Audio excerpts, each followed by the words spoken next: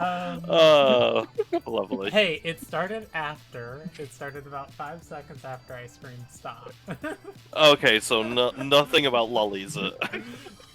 Now! Um, okay, I'm looking for the thing to post in the live alerts channel that we're live. Will you do it? You stupid bots. You do what you want when you want.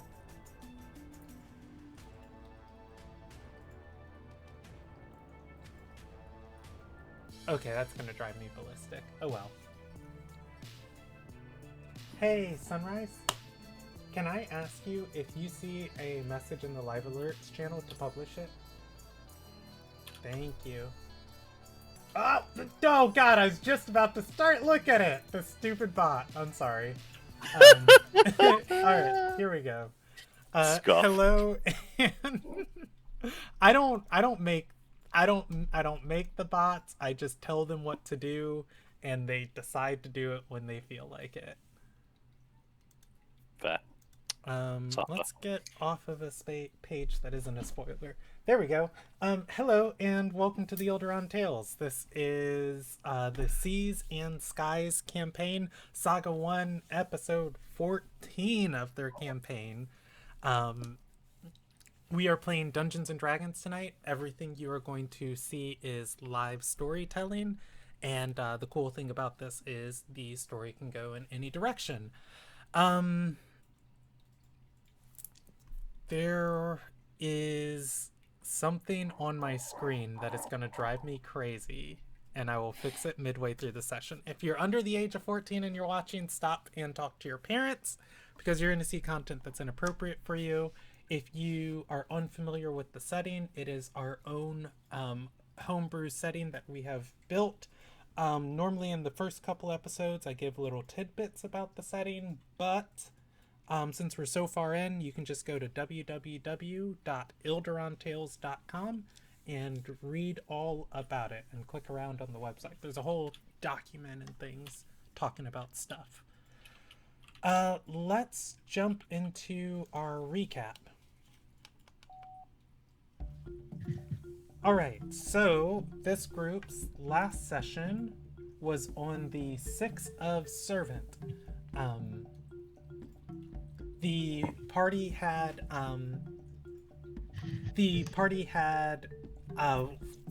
finally turned in all of the evidence they had on the Vice Admiral, Admiral Tarlo, and there's something at the start of his name. Tav Varlo.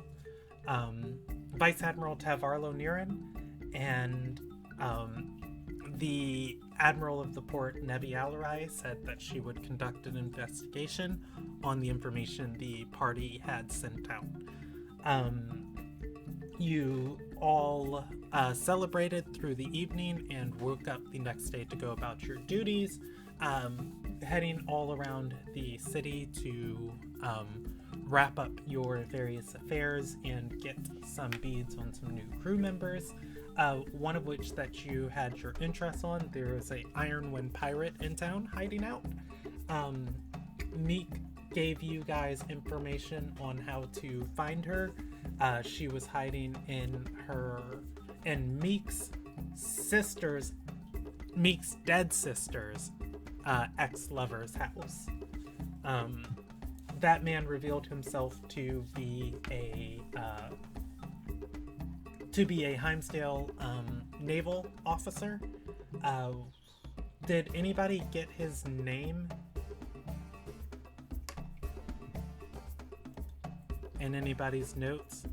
Because I think I gave it to you guys, so I'm just gonna say it again now for your notes.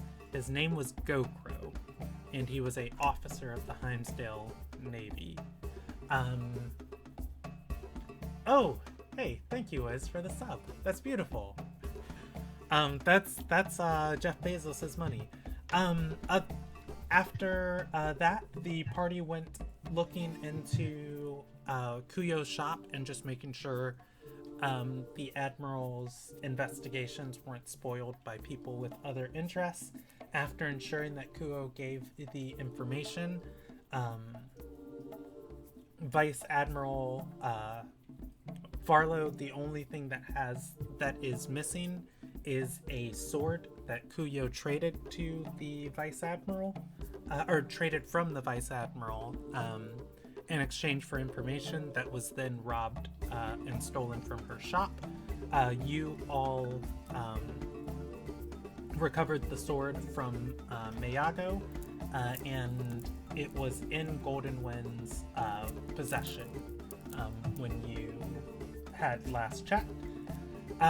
You all ate lunch and decided to head out to see the Admiral's final decision. As you are all cleaning up from lunch, we will pick up the session here. It is midday of the 6th of Servant. I think part of the party had split up, but I just reshuffled my cards, so I don't know who was where. So... I know me and Cal had gone out to speak with what was her name? Vice Admiral? Navi, I Yeah, think. yeah. Oh yeah. We did have a second half of that session. You guys spoke with her, and she was drinking in her office with the Admiral, or the Vice Admiral, and he confessed. Yeah. Then we joined them for drinks, and Yeah. that was the end of the Okay, session. so that was Cal and Enrique. Another half of the party, there is an additional piece of information I forgot to give you. Oh yeah, gosh, there's a whole nother half of that session. That The my rest brain of us just went to farted go on. grab the pirate. Yeah. Yeah.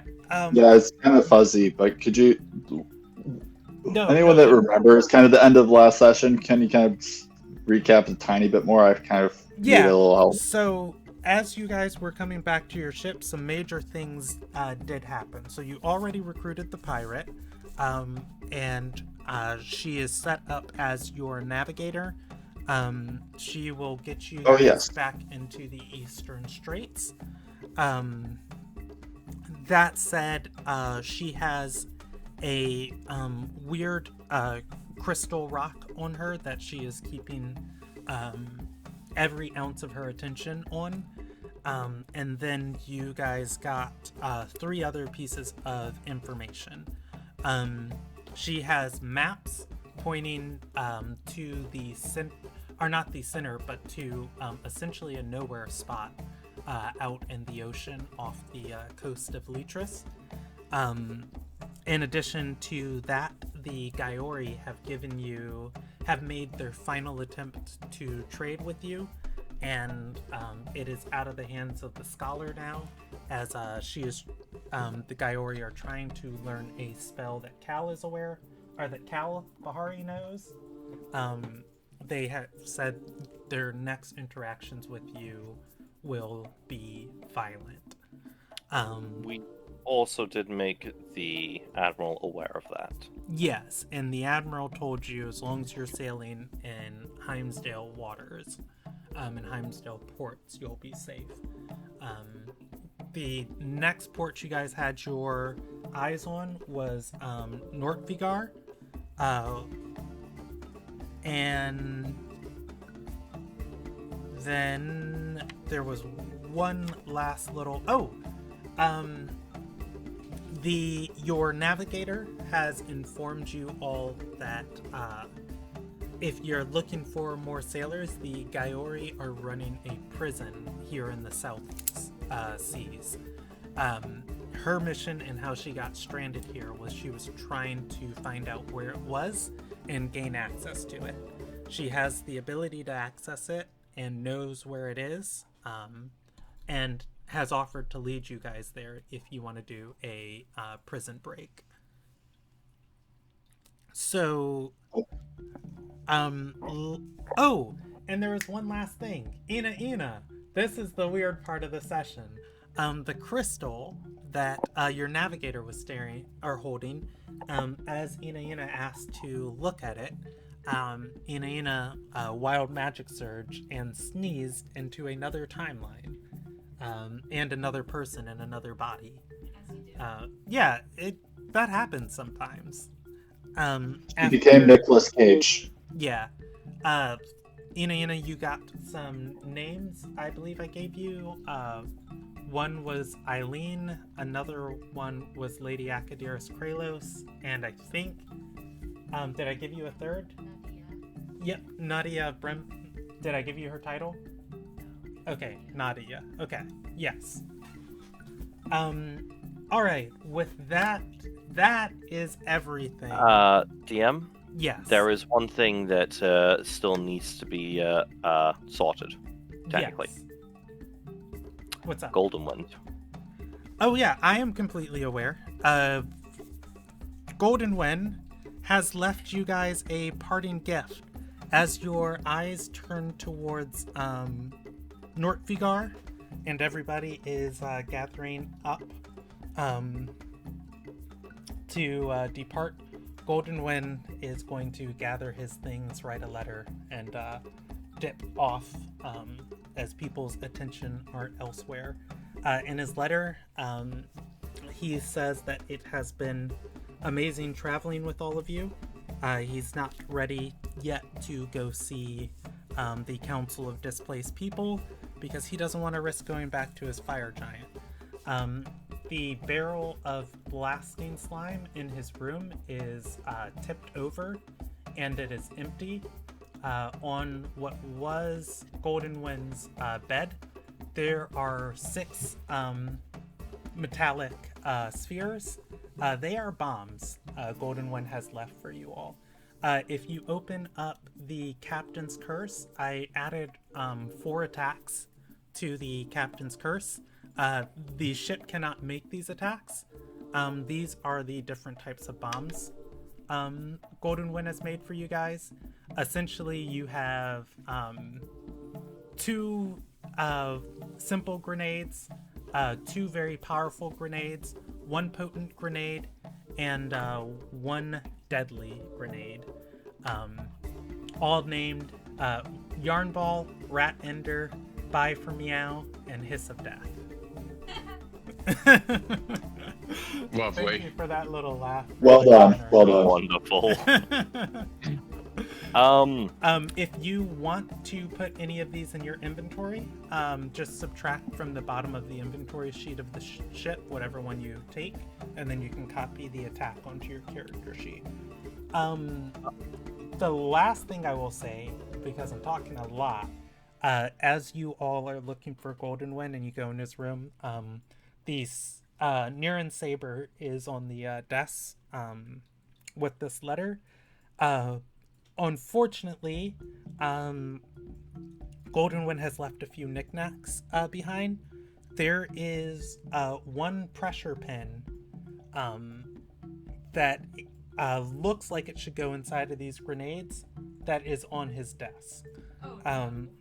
I will let the party know I rolled his craft check, and unfortunately did not do well. 1 grenade randomly is not properly assembled.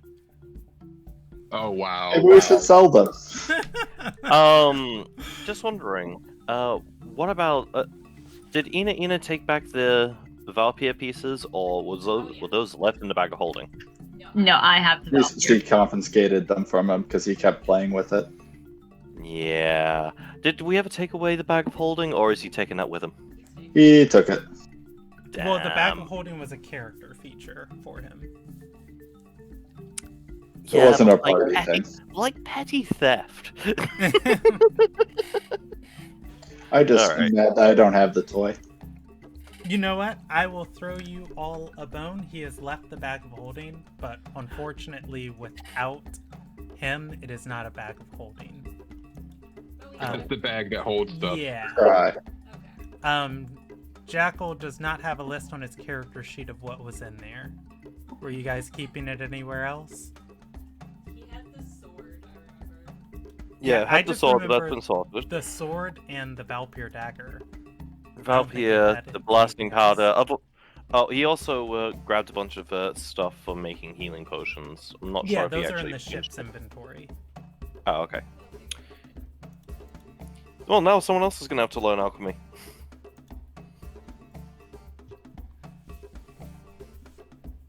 Yeah, if anybody's proficient with Tinker's tools, I will allow you on a DC 14 check to tell which bomb's been improperly assembled, but What check? DC 14. Of what? Tinkerers. Tinker's tools. Oh,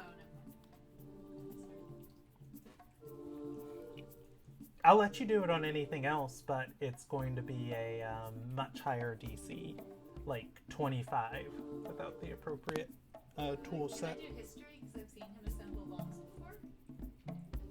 Sure, go for it. Hey, have a D4. Dang it. Oh, and D4. I didn't tell you the DC. The DC, if you're not using Tinkerer's tools, is going to be 25. Okay, well, I got 14. Yeah, you pick up one of the balls. They're pretty hefty. The sludge is in there as you try and see like which one of these is missing the pin. They get lighter the more you move them as the blasting sludge turns to gas when it's shaken. You may want to be very careful with that. Please. I'm gonna put that use back caution. down. Yeah, those sure are bombs, guys. Okay, so I'm not against taking it off of the ship. Is anyone else comfortable with? How do we want to move these? Or Let's just keep If we're- them. Fine. well, Let's just let's keep them. Let's not have them in a place where it's going to sink our ship if they go off. let's keep them all very separate from each other, and at the very least, now we have something to gift to our stalkers looking for a certain song. Emmy, I would like to do a check on if I can just visually see if any of them look different from each other. Like 4 of them look like A, and one looks like A with a little ding on it.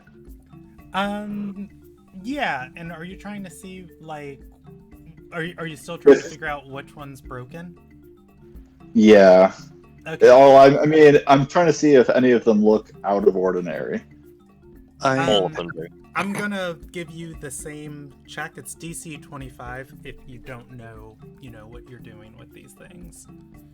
It's Can I very hard. Can I do something if it has a leak or I anything? did crits. I did. Have a Holy D4. shit, Eric! Have that D4. Hey there. Are you taking using guidance? Yeah, I can do that. I was going to use prestidigitation to conjure out like small mist and see if there was a leak. There would be some disturbance in the gas. If that works. I'm just waiting for that D4. Whew. Fuck. You know what, Eric? Do I have luck? Do I have luck? Do you have luck? I don't think Lucky? fortune doesn't affect the D4. But since you did so Really? well on that check, I will take it from 1 out of 6 to a 50-50. So you have 2 of the yarn balls, which are the simple grenades, and you have 2 of the rat enders, which are the normal grenades. Just looking at each of these and just heavily inspecting them, the 2 yarn balls are nearly identical, other than Golden Wind's like scratches and tool marks on it as he pulled things apart or poured things in. And then the same thing for the rat enders. You don't have anything to compare the Bye for Meow or the Hiss of Death to. They're much larger. You can pretty much safely say it's one of those two. As you are looking at these. And since you did so well, I'm going to give you an additional piece of information. As you move around these yarn balls and you feel like the rat enders, the pin of these are kind of like wobbly. It's very easy to, prime these and throw them and get them ready on contact. You are aware that this missing pressure valve on here won't keep the bomb properly pressurized under intense action. Whichever one of these are, you can detonate it by shooting it, but if you throw it, it will probably explode on your face. So I'm going to relay this to the crew as, alright, the snake guys here, the pins are easy to pull out, and they blow up really, really, really quick. We don't want to necessarily try to throw these because it might blow up in your face. The yarn balls, those look really fun, and whoever wants to throw really hard and far, game on. These big ones are scary. They are probably something kind of scares me about these big ones. I'm not exactly sure which one I'm more scared of, but these guys scare me. Kabahari. Yes. Perhaps maybe a bit of divination could help identify? I think I'm gonna toss you guys one more bone.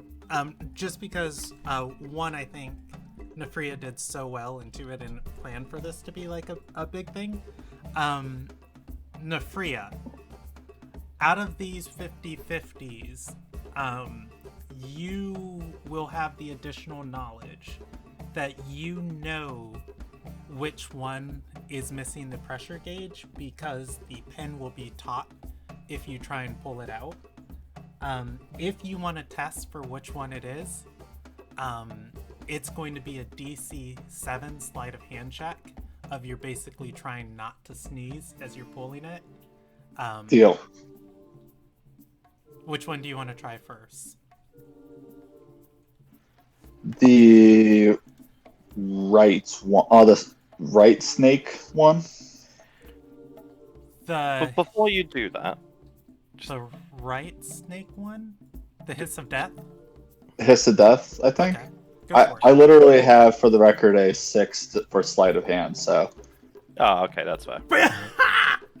I was like, as long as I don't crit fail that, I am okay. Nefria, you go with a wobbly, shaky hand as you're about to explode your entire boat, all of your friends, all of the paintings, and all of the things that you've worked so hard to steal.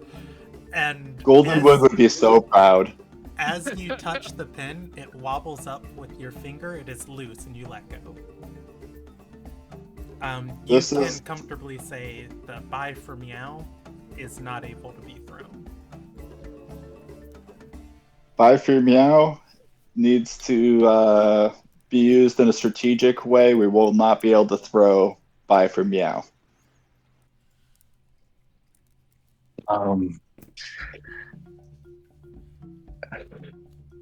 It does not have the pressure gauge. I can try to play with it, but I'm not confident. I'm a thief, not a mechanic.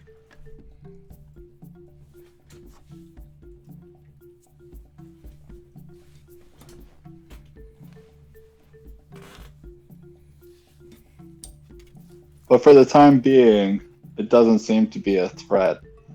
We can continue on and circle back to this if we need to.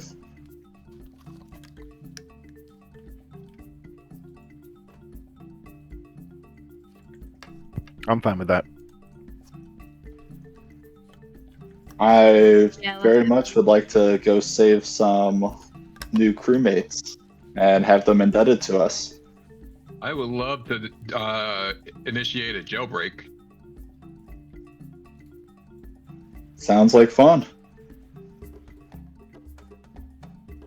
So we're going to attack the Gaiori transport ship? Basically. And I turn towards the new navigator. Are they She's being in held her on a ship mapping currently? room. Oh, it's just the Oh, current I can move us. people. Yeah. Yeah, but if you wanna go find her, you can. You see she's got her that gemstone clutched as she is looking at the maps and the different routes pointing out to that place in the inner sea north of Leetris. Oh, and she has a portrait this week. Oh, come on, Emmy. Behold, Ironwind Navigator. She's exactly like I thought she would be. No, She has like a it's smug face. smirk, and I'm like, yeah, this is exactly how I imagined it. It's not even a smirk. She just looks mildly pissed off at something in the distance. Yeah, exactly how I RBF? imagined her. I don't know, she's not a very happy pirate. Most Ironwind pirates are about business. But yeah, if you come in and you stand in the doorway, it's gonna take a minute before she looks over and says, "Captain?"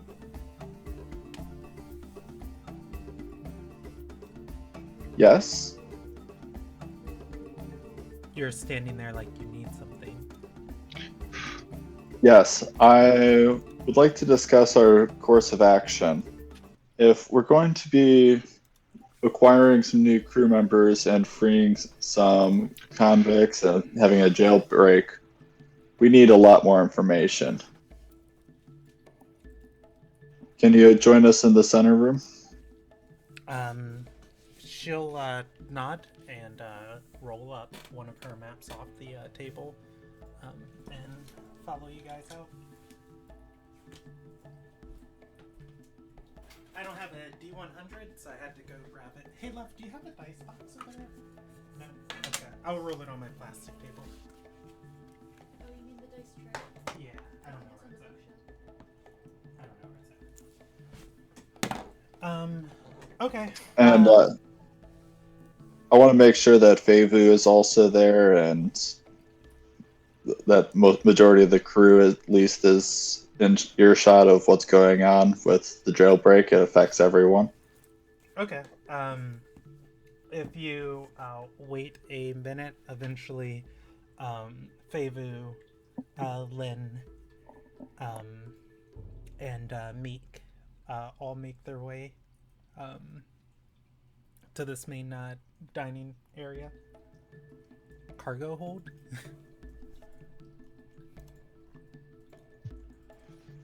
For those that have not heard yet, our companion Golden Wind has decided to leave, and it is sad, but we are going to have to continue on.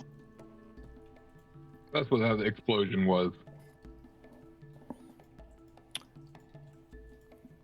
Yeah, he's just asking about the cleric who did Revivify, whose name I can never remember.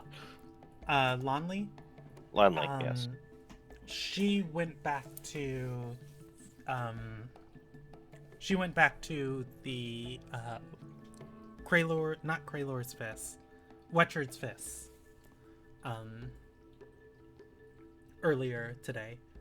You guys can recruit her if you can get her out. Oh wait, no, you guys did. No, you guys didn't. You didn't ask the admiral for her service. Yeah, but we didn't. We kind of just started Yeah. back up on this ship. After we stopped recording last time, we did discuss that, and was mentioned that we would have been able to get a hold of the recruiter's name, who just so happened to be the one who was hiding the pirate. So Yeah, go Crow. if people are not are willing to hang around and pot a bit longer, we can certainly go and get that sorted. I would not complain. It would be great to have another hand. And she seems like a good person. And she's hot. She also seemed like she wanted to stay with the military, though. She said that she was tied to the military, but she wants to go explore the open seas. She Yeah. said she has a commitment. Yeah. After seeing the slaughter in the streets the other night, her dedication to her office is Post. faltering.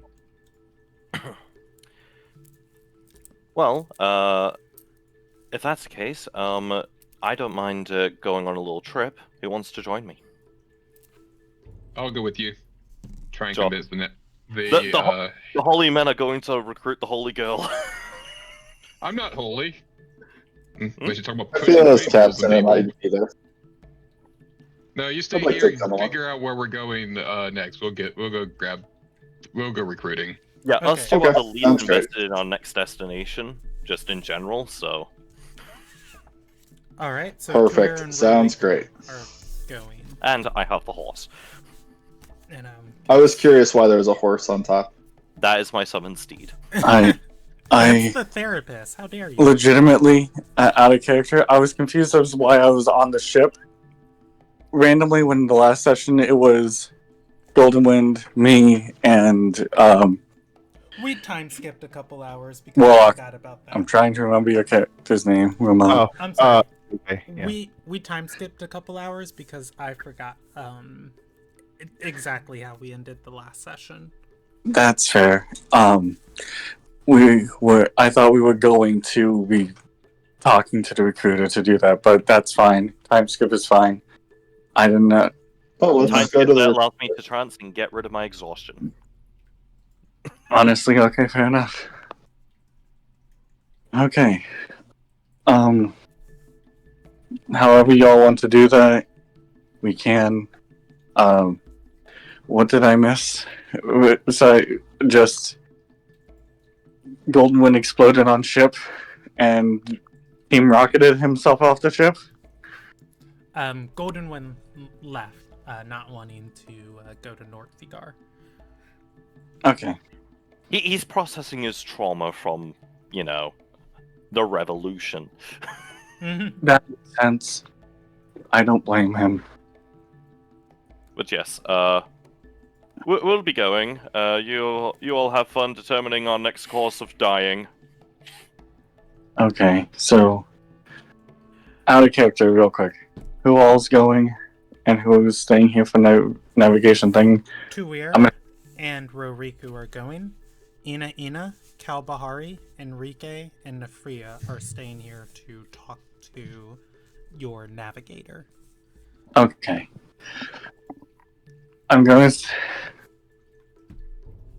Cal's going to stay as much as he would want to go. He needs to stay because he's piloting the ship. I mean, the ship's not going to be going yet, but yeah. We're still parked. No, I meant for the navigator. Where we're heading, I kind of need to know where we're heading so I can drive this boat. All right, That cool. is understandable. All right, so Roriku and Tuer exit the scene. Continue. Okay. Turn to As- iron. As all eyes turn to the navigator, she's going to start blushing, looks away. She'll put her map on the table and say, the fortress isn't anchored down. There's no island or anything reported in this area, so it's got slight drift to it. There is some form of arcane energy that keeps it roughly anchored in the same place. this crystal is connected to their network, and I can use it to, when we get closer, to track the flow of that energy to hone in on where it is. I've sailed on several vessels in these seas, and she'll point on the map and say, if we go here, and it is on the right map, the red X. If we approach here, we should find it if we focus on following the guide of this crystal. I can rig it to essentially be a compass.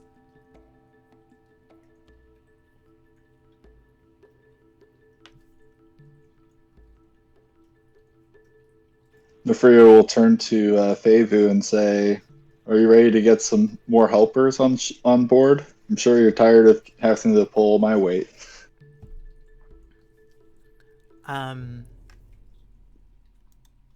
Fevu is going to look at her and say,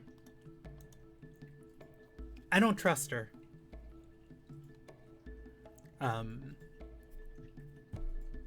And the navigator is going to unfortunately just bite her lip and look away.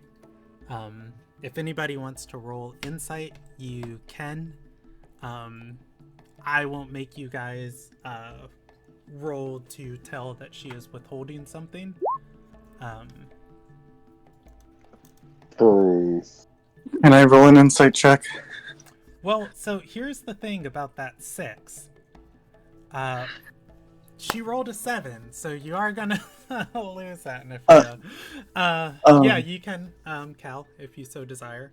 Nefria, you are aware she is holding back some sort of information, but if it's embarrassment, if it's trying to lead you guys into a trap, if it's like you're not exactly sure. I mean, I need someone to roll for me. Oh, fair enough. I'll roll. Cal Bahari, open you on my other screen. Oop, Enrique rolled an 18, and Cal has rolled an 11. Wow, that's low for me. Yeah, but you're all going to beat her 7. Yeah, for Enrique and Cal, she is very embarrassed.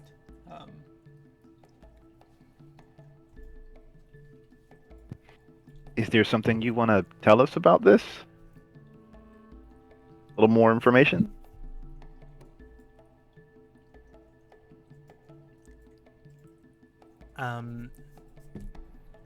She's going to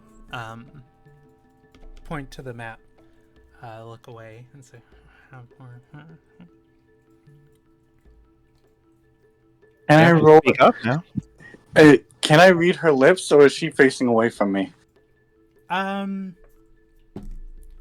You can read her lips. She said, "I don't have more information." You sure you don't have more information? Do you know anyone on board? On the prison? Yeah, on the Our prison. first Is there mate anyone that you're... was taken there.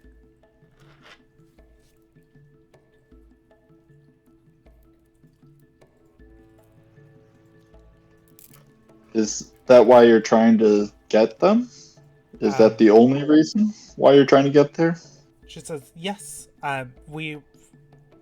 there are a ton of Ironwind pirates being held there.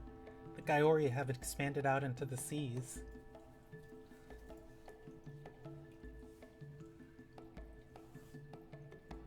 But the Ironwind fleet can demolish the Gaiori. It's just all this strange new magic that they're using to hide themselves. New magic to hide themselves. Is it like a large invisibility spell on their ship? Or is this more nuanced than that. From what Um, you've experienced or heard. She's going to exhale and say, she walks back into her room, comes back out with 2 more maps, and say, I stowed away on a merchant vessel here to here, rode with mercenaries from here to here, and I was with another pirate ship from here to here. Through these 3 maps, you can see she's passed over this place from multiple different angles. She'll say, I've never seen it, but I'm positive it's there.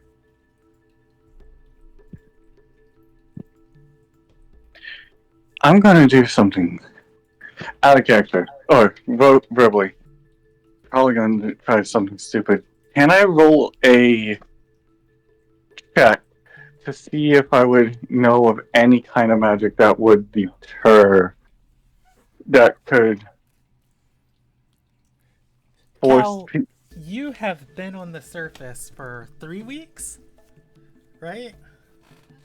maybe a bit more than that, but yes. You should know the waters really well, shouldn't you? Well, this isn't a waters thing, so I will say yes, Cal, you can do it. I'm setting the DC at 21, and you said Okay. history? I said history, arcana, anything that you feel like would be fitting. Okay, you can't get it with a history check, so let me look at arcana. You can't get it with an arcana check.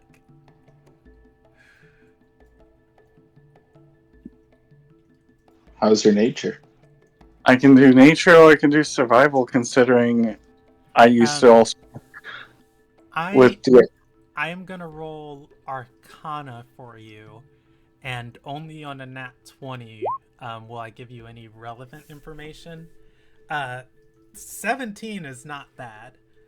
Cal, okay, that yeah. you think on it, on like what type of magic could like hide an entire ship. It would take some sort of like, no singular invisibility spell would be able to do this. Like if it was a spell, it would be something inscribed on the ship, in the form of like runes or some sort of objects producing this. To your knowledge, you're not aware of anything. When we get closer, would any of our wetter friends be willing to talk with some of the locals fish and maybe once we get closer, be able to direct us to the final spot? Once we get closer, maybe big fish Could it swims around be that area. You know they under can't the? talk back, right? We don't have to have them talk back to us. We can gesture about big objects and have them take us to the biggest surface objects. I can try.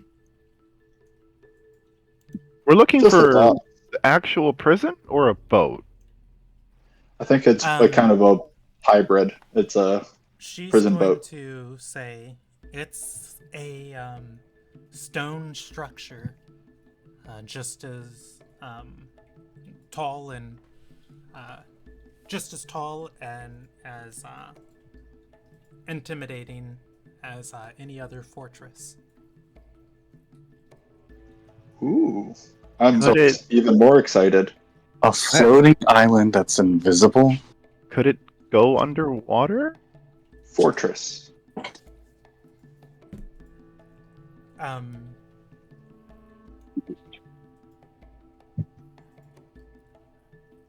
She's going to say Princess Beldari can send sendings to our first mate. She's described what she's seen.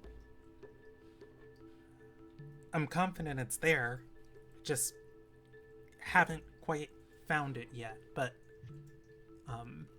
it's gotta be, she points at the X. Has she described what the security is like at this fortress? Let's see if she knows that. Oh, love, thank you for this. You're a godsend.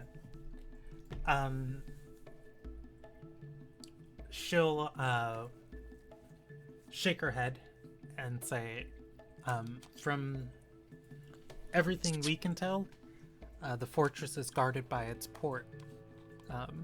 But the fortress itself isn't very heavily guarded. I just haven't been able to find the port to dock at. They literally are, and relying on the fact that nobody can see them. Maybe make them complacent. It would make them very complacent and also probably lose the security, knowing certain types of people. I think, out of character, I'm double checking my spell list real quick. Do I have See Invisibility as a always prepared spell? Let me check. Cal Bahari spells. It should be at the top of See its level list. Invisibility is prepared. I can give us the ability to see things that are invisible if once we get to those waters. If that's the case. If it's the case that it's invisible.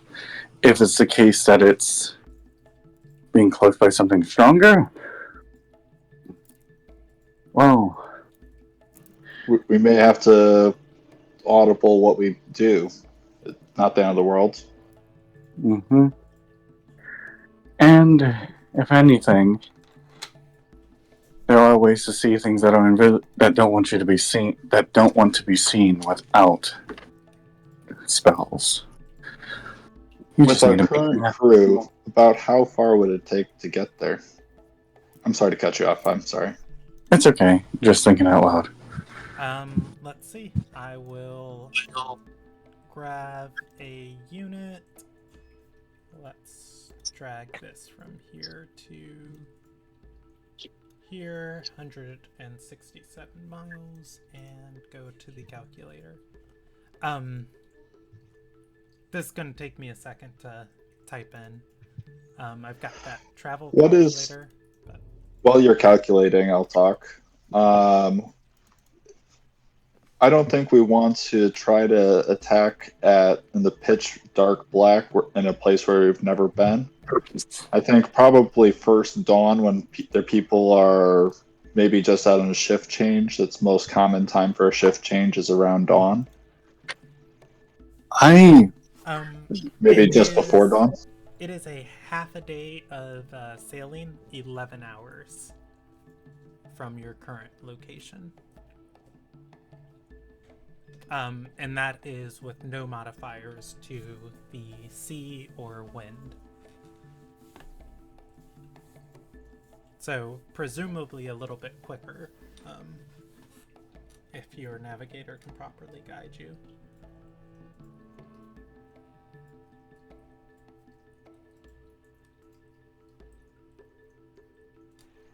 I guess I'm kind of out of questions. Does anyone else have any questions? Well, we're gonna go. Are we still gonna stop by that northern city where all the displaced people are staying at? Just to see if we can pick up any more crew up there. Wouldn't be a bad idea. I wouldn't complain. Because, I mean, we're going out to the middle of the ocean, right? It's gonna take time to get out there.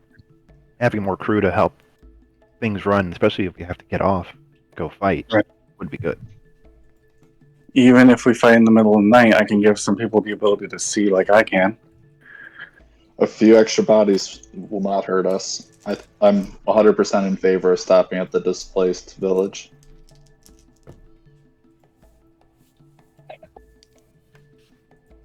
I'm fine with whatever we choose.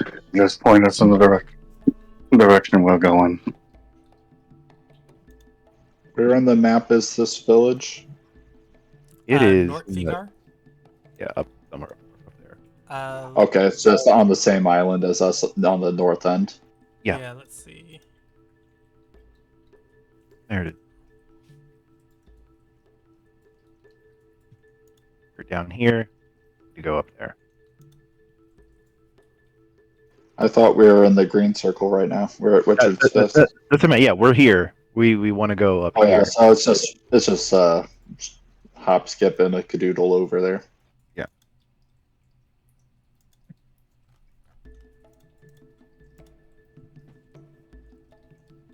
Maybe we can find someone that knows how the stuff Goldenwind left us work.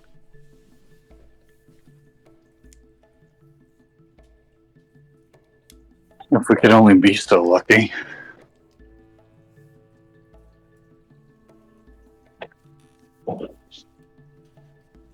For now, well, let's move the explosives maybe to the on top deck and yeah, have them available for use if needed and not near the bottom of the ship in case anything goes bad. Not near the chicken.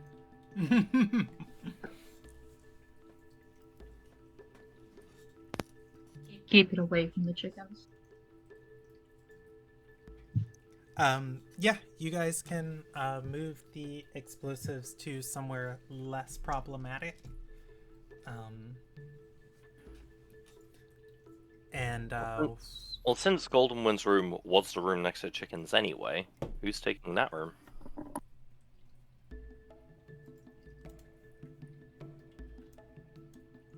I'm perfectly happy where I am. Cal doesn't really care. None of the quarters where he can currently sleep consistently is any different to him. I think I would like that room since I spend most of my time with the chickens anyways. That makes I can move sense. down there. I see. I think that's perfectly fine. It's also an upgrade in terms of size, so. Wahaha. Welcome to the mascot room. I can't pick up your name to move it, so you'll have to, Insomni. Or maybe Emmy can.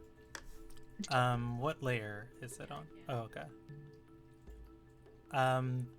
Which room or who am I moving? Going to A. You're moving Ina. Yeah, I'm moving Ina to A. Alright, other than that, Oh, I see. Okay. Do we want to switch story sides to the two? I Was it Tuer and I Roriku. kind of Kalahari? do, but Roriku. Roriku, sorry. E. Two characters who couldn't necessarily be more different. We have the monk, unarmored, sneaky. Sometimes, depending on situation, prefers the darker side of tactics. And then Tuer, clunk, clunk, clunk, clunk. The 90s sitcom. E. It's not that I preferred the darker side. I just preferred the side that gets the results the fastest. Nobody Exactly. has been able to hear me because I've had my microphone muted. Good job. Yeah, Right? prefers E. the pragmatic approach. Can you hear me? Yes, I can hear you. I rolled you a fortune check. Your fortune range was 66. You rolled a 59. Congratulations. What? As you all are moving the bombs and resituating Ina's room, before we scene flip, waiting on the docks, as you guys can see through your windows occasionally, is let me go get her name to tell which one is which. You see the Gaiori scholar. I'm going to go get her name exactly.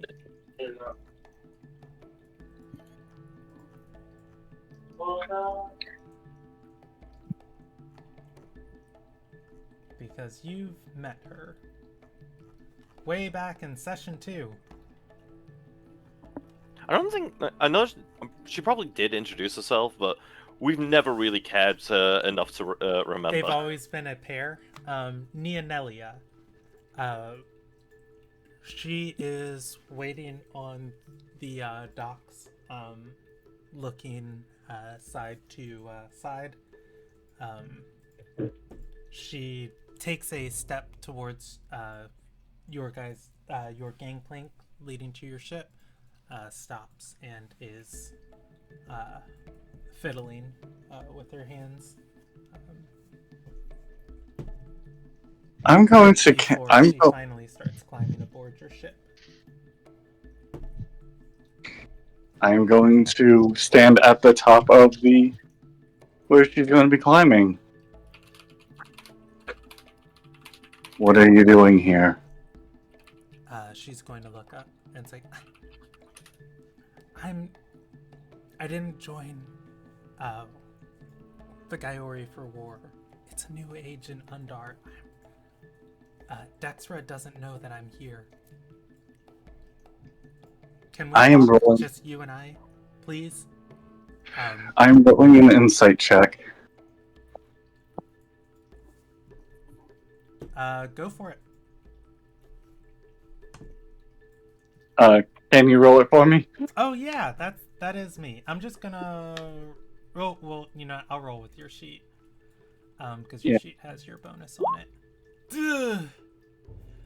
What is that? Cal, it's a nat 1. Something inside you cracks as I don't know, she's lying or not. There is an act of desperation here that this lady has been trying to beg for a moment to talk to you. Take whatever this current stunt is at whatever value you want to read it for. Cal is going to visibly glow and then sigh. Everything and all the bioluminescence turns off. I'll give you your time to talk. In private. Ina glares. Mm-hmm.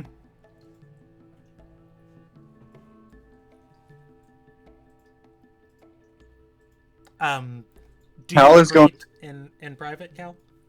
Cal is going to cast See Invisibility and take a slow look around. Do I see anything?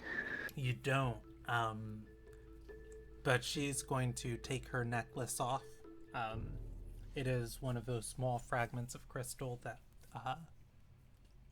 the navigator is holding, or has been holding, and she's going to hand it to you and say, "Look, no games. You have my focus." All right. I don't see anybody around. You have my interest for now. I'm willing to take you up on your offer. Your ship, or do you want to go to a tavern in town, or we can pay a Navidar to protect us while we talk? I would prefer my ship, this Um, being my ship. You lead the but- way. You know it.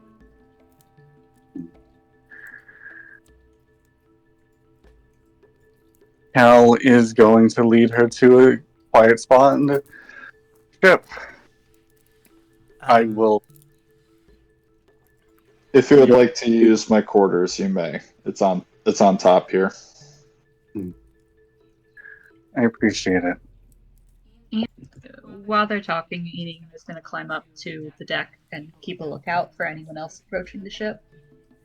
As he walks by Ina, he pats her on the shoulder and gives her Knight's Vision. Congratulations, your vision has been extended. All right, Cal. Thank you.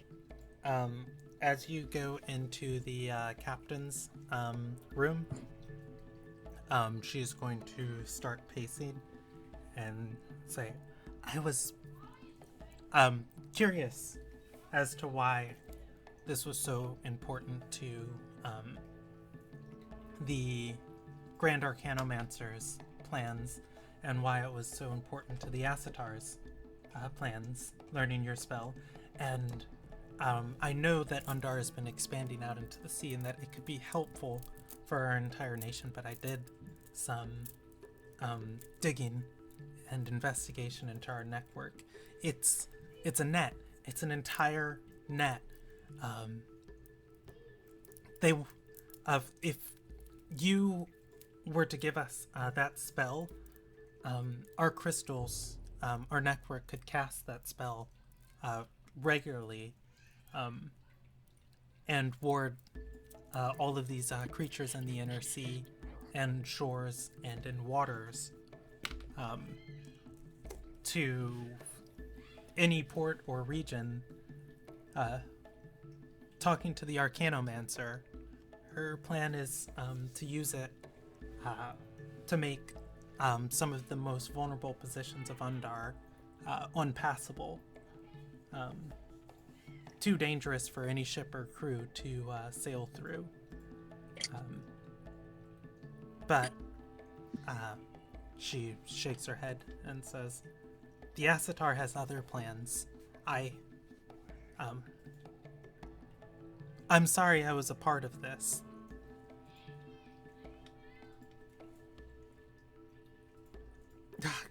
Gods, I don't even know what I'm telling you. I'm going to...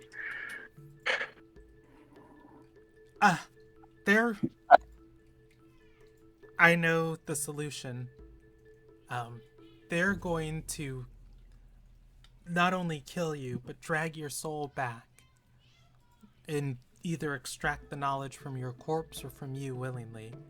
I can remove it from your mind if you want, but this isn't going to end until they have what they want.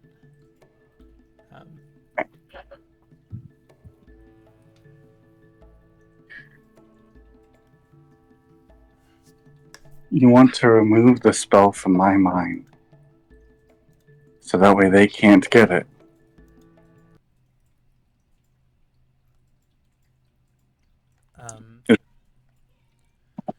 She's going to nod and say, I don't even know if that would work. I don't know what to do.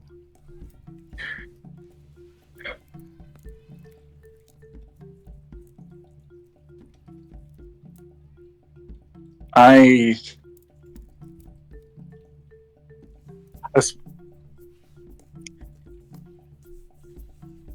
believe you that you came here alone. The panic in your voice tells me that you are unsure of what to do here. That I can confirm. With them killing me and bringing me back for the information, I already figured that much. But I'm glad to know that my concerns were confirmed.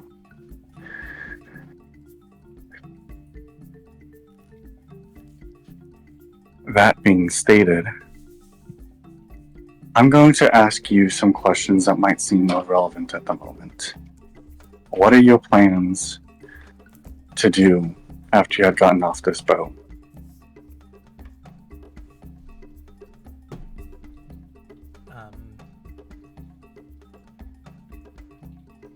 She's going to shake her head and say, I had contacts in the Undar Liberty Coalition. They've disappeared. When the scholars couldn't handle the situation, everybody back at home and across the network has stopped responding to me. It was the Liberty Coalition's job to rebuild Undar after the war. And they did a good job of it. But the goals they wanted to see come to fruition, the Asatar sway was too much. I fear my friends are dead.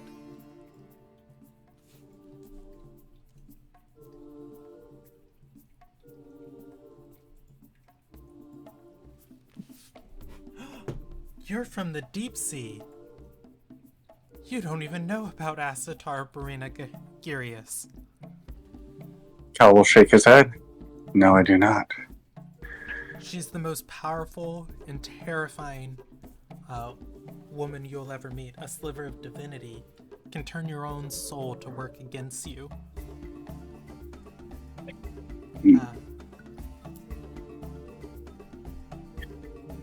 She specializes in ancient and lost elven arts. The Arcanomancer started as a rival, but the Grand Arcanomancer started as a rival, but nobody can resist Barina forever. And now she has the magic of the Kayak Empire behind her.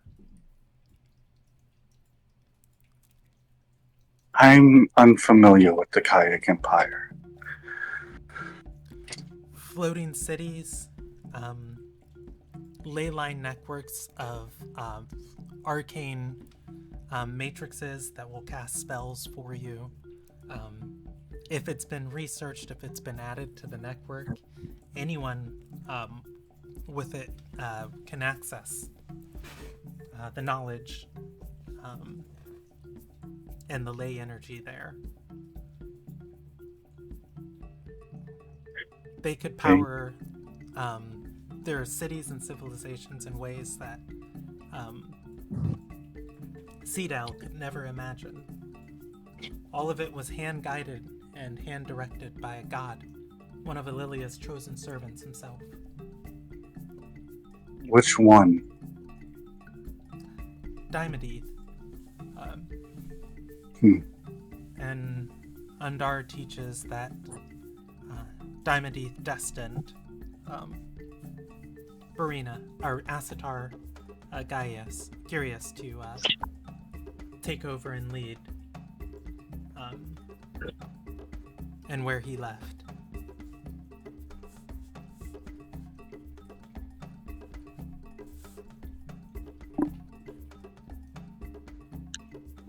So, she's wanting my spell to make sure nobody enters there.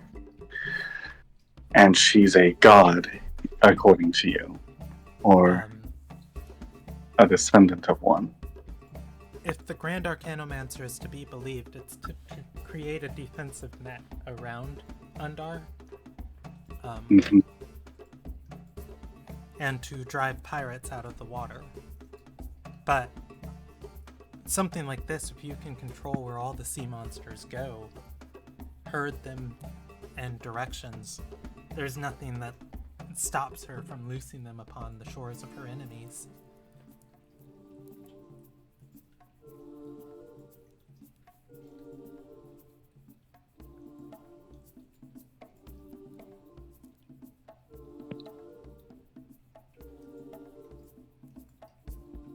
I was going to look at her necklace and at her holy symbol and pick it up, kind of examining it. Yeah, it's not a holy symbol. Cal, it is a much more refined piece of that crystal that your navigator has been holding and collection. Are there any details you're trying to abstract from it? I'm trying to... Just giving you an overview. I'm trying to see if it's currently using any magic. Basically, I'm trying to see if that device is used as a bug. Arcane, I guess. Arcane check if I can. Yeah, I'll give you an Or Arcana check on it. Okay.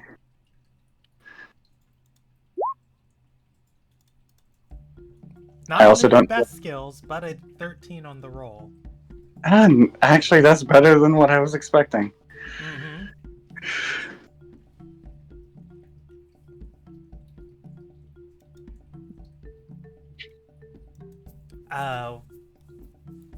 Oh, I'm sorry. You're waiting on me for an answer. Yeah. If it's transmitting any magic, no. Currently, it does not seem to be active in any way. It seems innate. Okay. Or, I'm sorry, inert.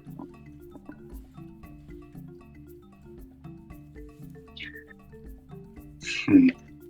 As you stare at it, she's going to gesture for it and say, I can show you how it works. He'll hand it to her and say, I was making sure of a few things. I have two options currently going on in my mind, and I'm feeling generous today.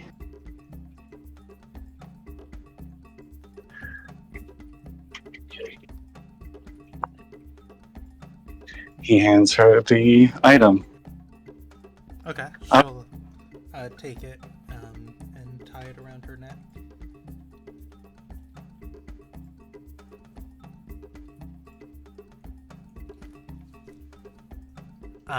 You said you had options?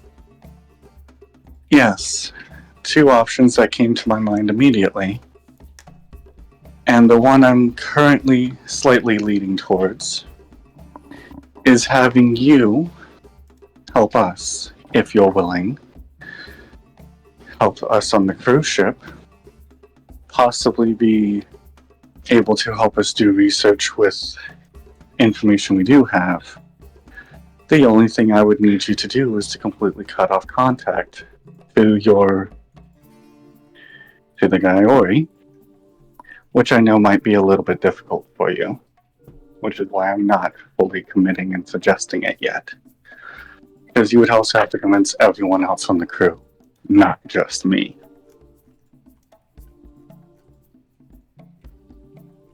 She's going to shake her head and say,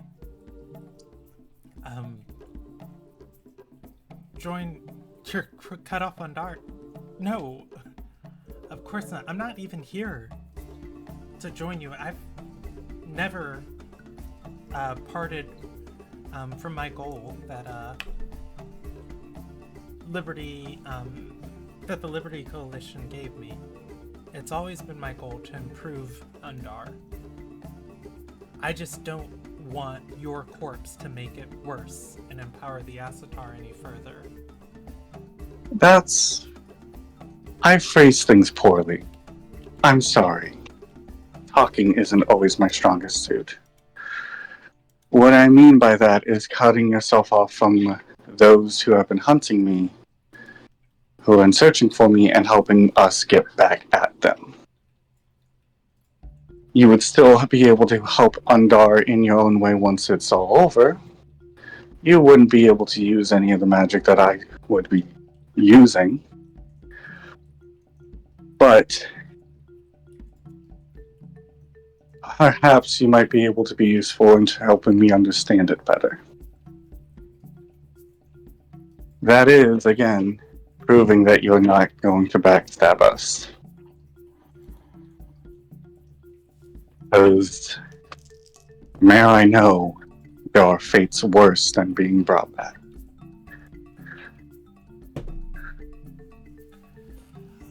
Ooh,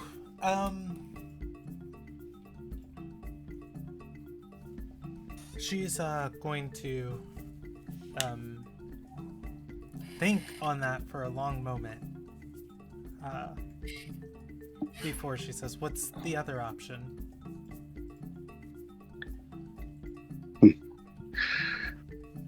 The other option has two branches.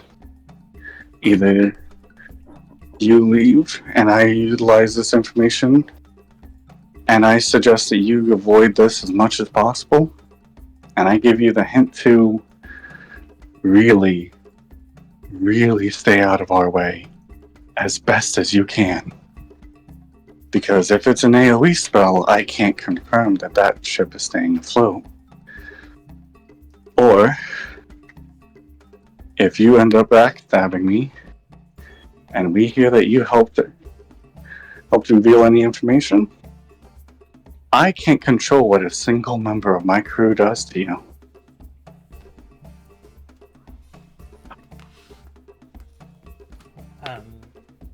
I like to imagine you can hear Ina's laugh echoing through the ship right now.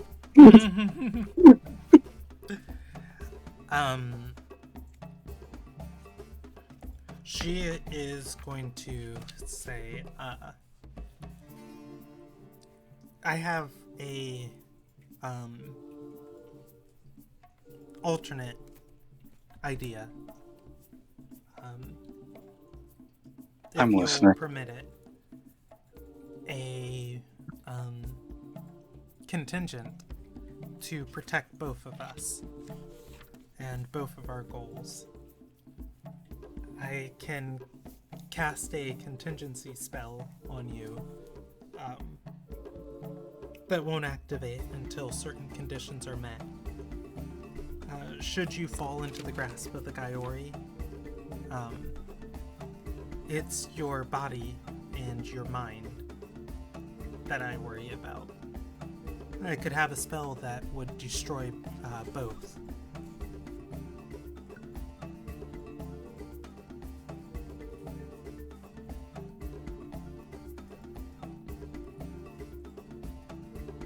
What would those conditions be?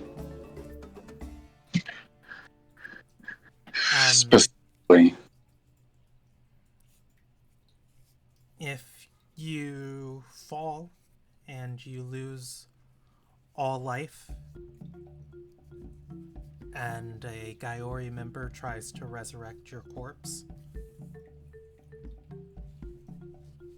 it will be incinerated.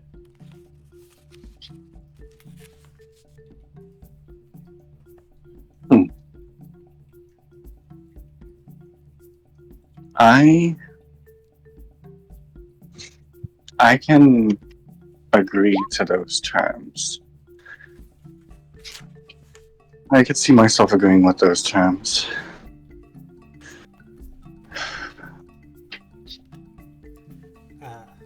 She will nod and say, I need a grounding crystal in order for this to work. She holds her crystal up and says, if we could step back onto the docks.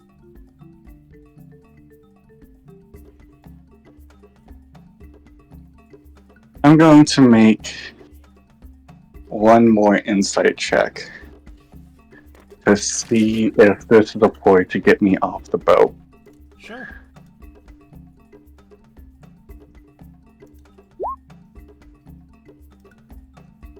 Oh my gosh, Cal, 26. Cal, so you're unsure if it's a ploy to get you off the boat. Do you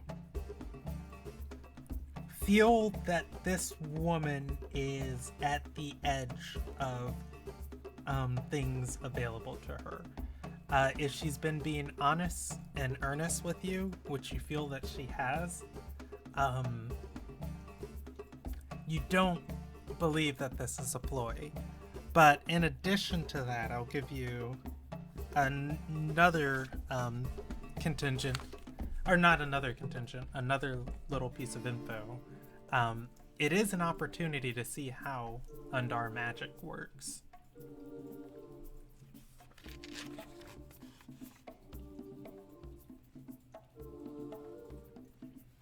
I'm okay with this contingency. And I'm going... Alright. If you need to get off the boat,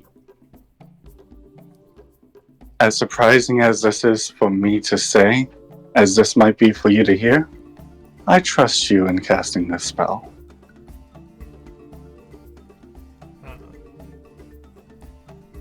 She's going to nod,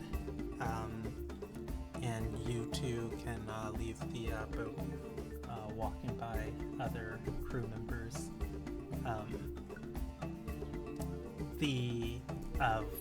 Where is the captain's room? Oh, the captain's room walks past the map room. Cal, again, your navigator is standing there, glaring at this lady. glaring at you walking by for even talking to her.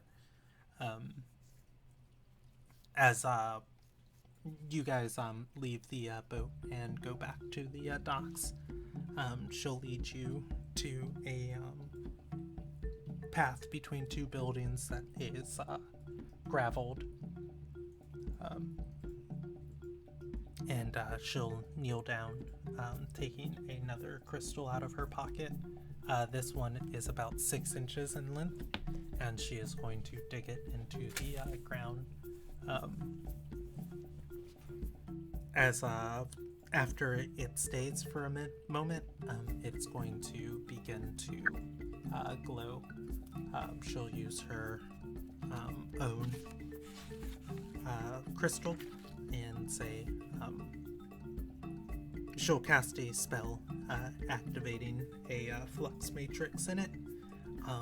A small little arcane spirit is going to float out of the crystal, and he's going to, or it's going to say, it will give its location, but let me see what that location is. While this is happening, Cal is... What kind of check is it to figure out what spell she's using? Or what? I would say another Arcana check. It Okay. identifies itself as the flux matrix of the White Tree Convergence Nexus in the Northern Galcan Leyweave. Making and- note of that. She's going to say, Flux, would you cast a contingency spell for me? And it is going to bob up and down. She points at you, and she will say, Arcanomancer Neonelia, contingency spell must be paired with another casting. And she will say, yes. There's Fireball. The other things would be too powerful, setting you ablaze. A explosive ward could work, but that might hurt your friends.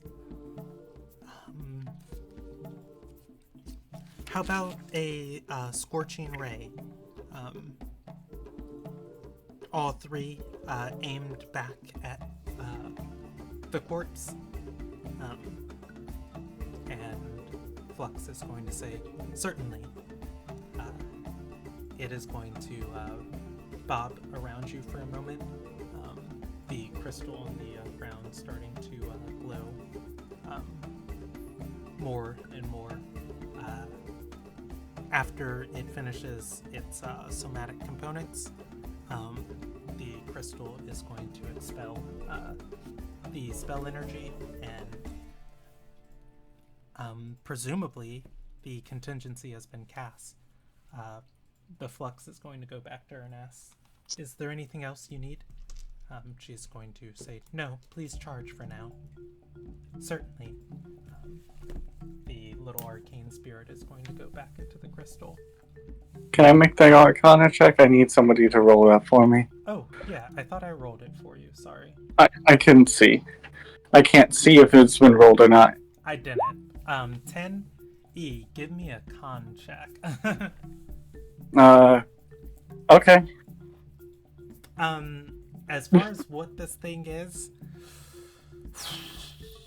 man, that's some strange magic. Con check, you said? No, I was reading Jordan's comment. You're good. You have a contingency to destroy your corpse, should the Gaiori try to resurrect you. Alright.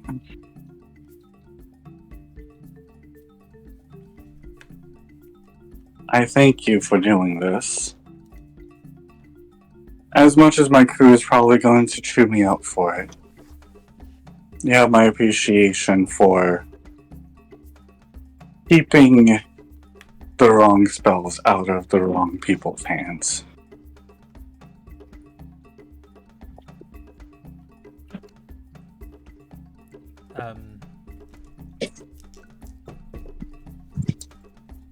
she's going to nod and say,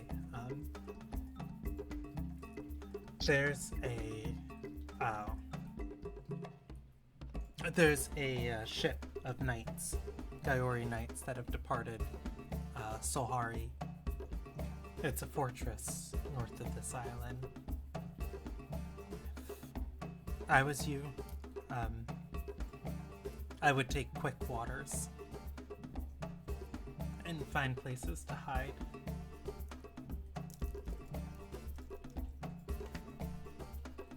But you're not me. And I have seen things that might even make your soldier friend take a little bit, if not in anticipation for battle, in fear of what would happen if she would fail.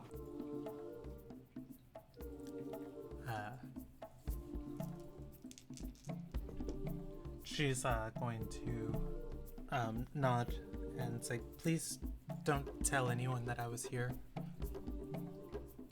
The only people who know are my crew. That I will keep to my graves. Cal, you get one free intelligence check.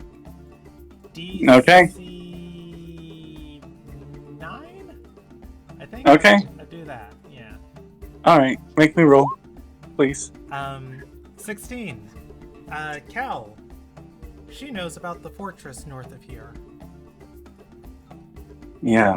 Not only does she know about it, she has contact with it. You now know the name of it. It is named Solhari. The And, Solhari Fortress. she begins walking away. You have a moment to grab her if you want to know anything else. Can I ask you one more thing before you go? She'll stop and turn around. Does this rag smell like chloroform? You know, I actually rolled if the navigator kicks out her leg and like kidnaps her walking by. Of just like, what are you people doing? This is a Gaiori. We don't talk to them. We don't care about them. But she is taking her captain's orders. I wish to ask, is there something covering that fortress? A spell that makes them invisible? Or something that makes them deterred? What kind of magic is on that location? Solhari? Yes. Why do you want to know? I would stay away from it. It's a Gaiori stronghold. The biggest one they have in the southern seas. Biggest one they have in the southern seas. If they have knights coming after me, I'd like to know where the base. I have reason to believe I might end up going there, one way or another, even with this contingency. I would like to know what that stronghold has on it, considering it is also affecting the waters as well.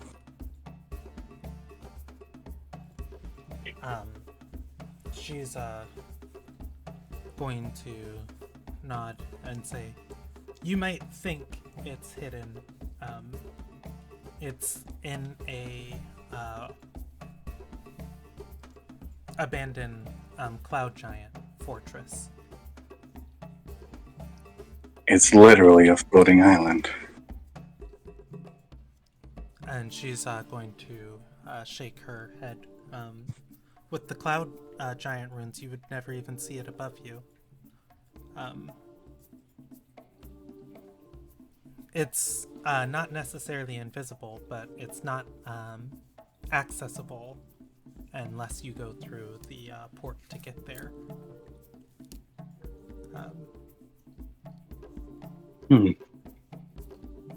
Interesting. Thank you. I don't suggest you go there. You need your ship to be specially prepared to enter.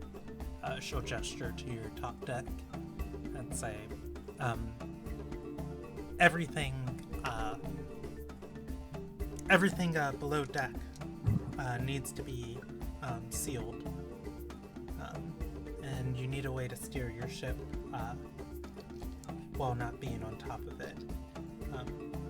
The only way in is through a underwater, or the port is in a underwater cavern.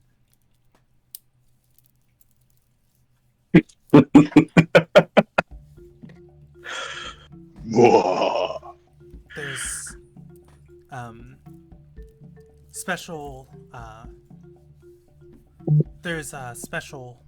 altered water that will pull ships down in that region, and then they can sail the current to the port. But it's, again, fortified. That's not someplace you can blast your way into. I wasn't because planning your on- cannons won't work under there. I wasn't planning on blasting. But that's information. Thank you again. I You're appreciate going to assault Solhari? Not assault it. I just was curious on how something can be disruptive in the waters enough that people disruptive in the waters and yet be so little seen. I wasn't planning on assaulting it myself, no. But I have a feeling knowing where it is can help me out and will make things, will light to phrase things in a way that might make sense to you. Light a spark for the right flame instead of burning down a forest that's fully healthy, I think is the term you would use.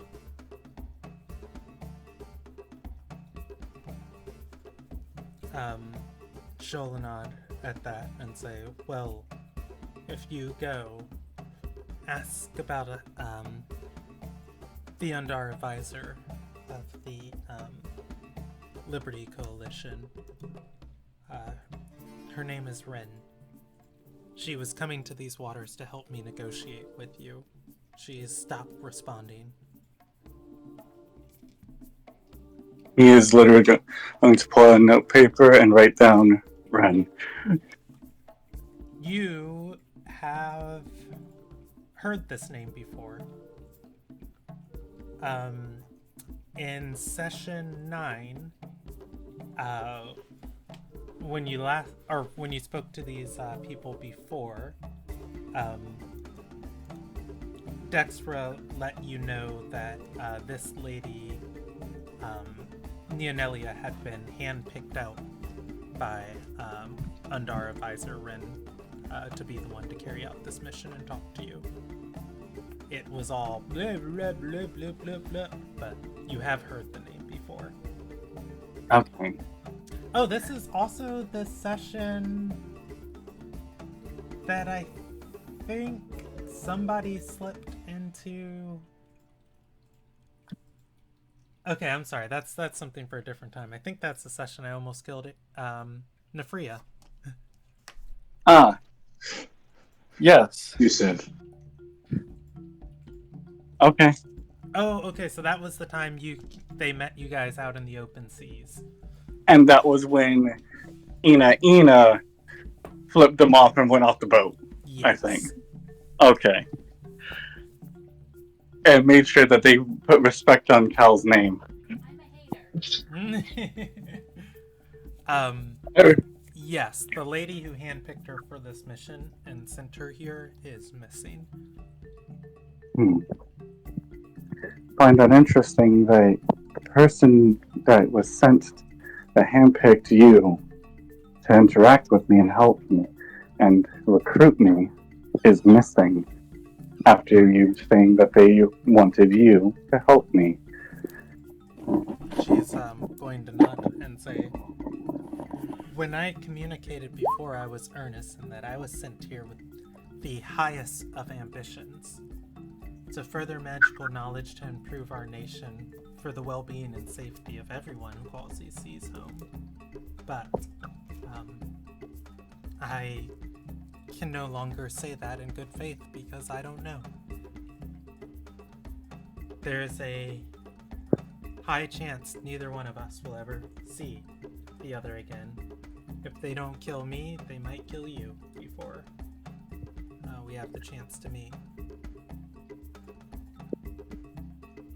I hope what you say, I will take what you say in earnest. And I hope that for you, they never find out about what you did here. And for me, I hope that I get to see more friendly people that are willing to help despite being afraid. She is going to shake her head, and she is going to walk off back towards where their ship is docked. I will watch for a bit and then head back to his ship.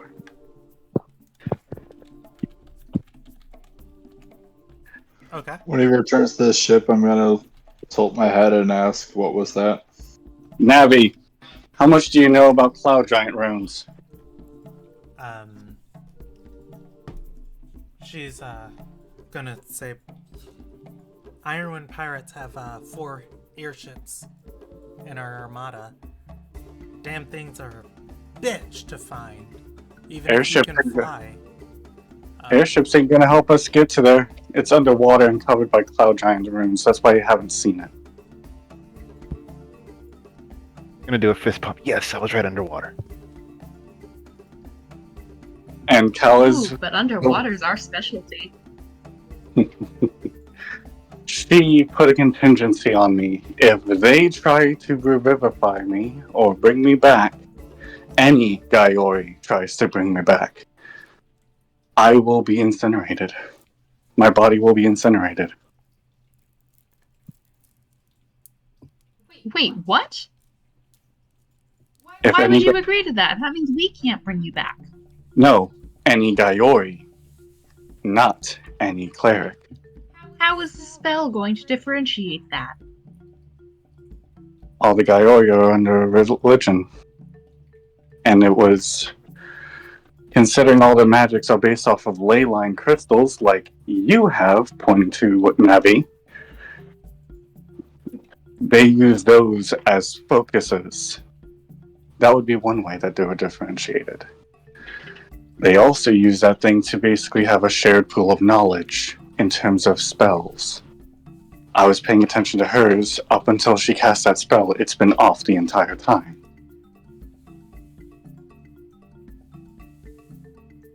That being stated, they will cast Scorching Rays on my body. As soon as anyone attempts to revivify me, that is Gaiori. That is the condition. Otherwise, they would bring my body back and literally force me to say it. Or they would bring my soul back and keep revivifying me until I said it. They think they're God and can break my will. Got me to seeing how the magic works. It's a bit different than ours, but like I said, it uses that crystal as a focus. And Cal proceeds to explain everything that was told to it, saying I'm gonna give that was discussed between them. I'm gonna give everybody listening, Ina, Nafria, and Enrique, a free intelligence check, DC 10, because Cal did misinterpret some things, but rehearing the story, you will be able to understand it properly. And Captain Enrique, understands you. Yeah, Enrique, you sit there and just enthralled and through enthusiasm, like, I was right! Nefria and Ina, Cal's recounting of the situation, if he's to believe that everything he's saying is accurate, some of the conclusions he drew were inaccurate. According to Neonelia, the fortress is in the sky. The entrance to it is underwater. How that makes sense is uncertain. But Neonelia did confirm it's a floating cloud giant fortress. She said the port to get into it is in an underwater cavern.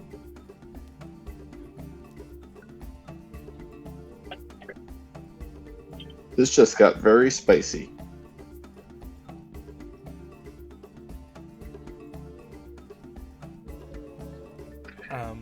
And you know what? I'll roll for the NPCs listening. Yeah.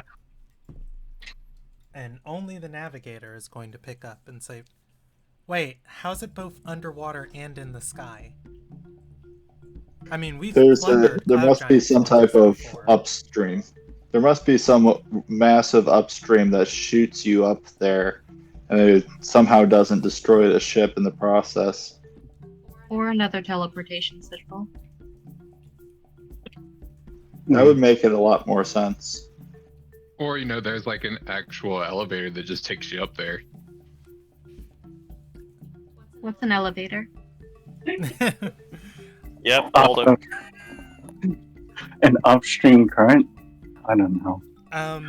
If you guys want to think on ideas, I'm gonna jump over to Tuir and Roriku. They would be able to make their way through the city. You are known at the not Gaiori, the Wetcher's Fist Fortress. At which point, as you are moving through the yard, there is a announcement being made.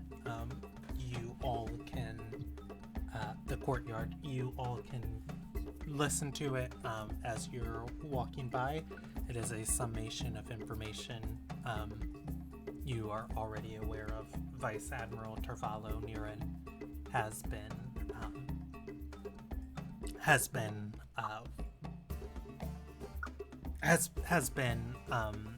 Arrested? stirring conflict. He turned himself in. Has been stirring conflict to inflame the island. The admiral is going to stay at her post and try and fix the situation here in port. And if it is untenable, she'll ask the queen to send a new admiral. That said,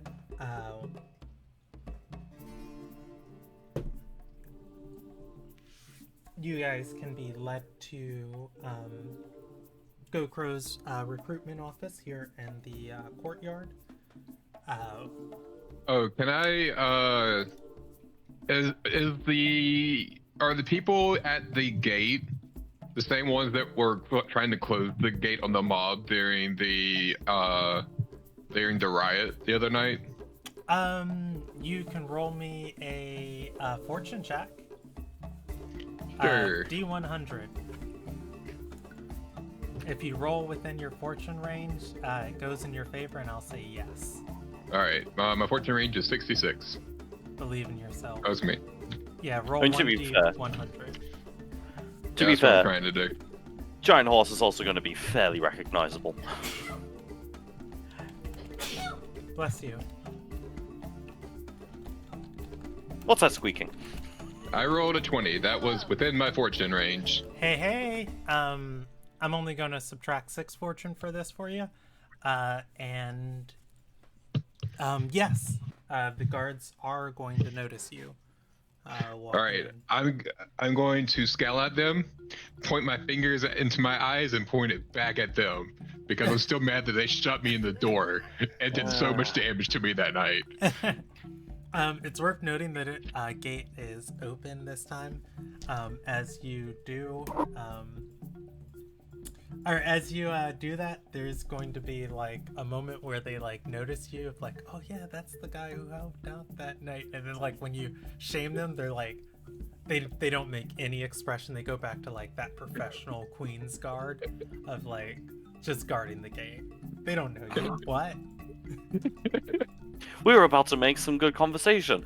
Wait, why is he threatening us? You know what? Fuck it, just ignore him. But yeah, GoCro has a recruitment office built into the wall here that surrounds the courtyard. Not a lot of recruits here, so much so that there aren't any. That's what happens when you wholesale slaughter a portion of the town. That said, To be fair, they did it in self-defense. Anyway. Yeah. That said, though, GoPro is going to have a office and a secretary. This place is immaculate. It is clean. It is beautiful. His desk is within viewing range as you come in. I know.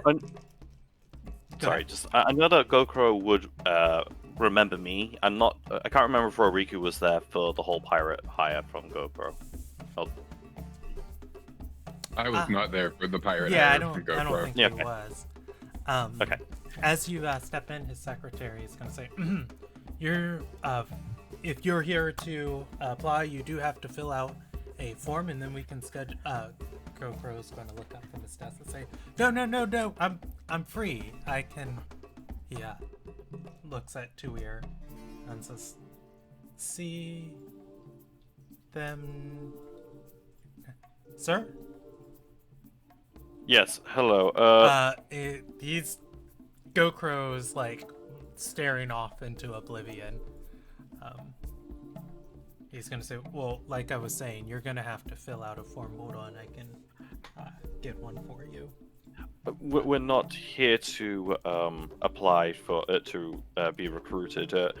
We just have a matter to discuss with. Was GoPro just the only name we got? Or do we have No, like a we rank don't- for him or anything like that? Officer. Just yeah. So his name is like Officer GoPro. Yeah. He's gonna say, "Lattice, how about you take an early lunch, or take the day off?" He's gonna say, "Thank you, sir." GoCro's going to stand from his desk, walking over through this small room. Lattice is gonna start packing his things. GoCro's going to whisper and say, "I thought our dealings were done. If our friend tried to stab you, that's not on me. Take pistols from GoPro, sir. Slight different matter. Don't worry. We wanted to see the healer that came with us on the night of the riots. Yes, we wish to discuss someone that apparently was recruited for yourself by the name of a Lonley.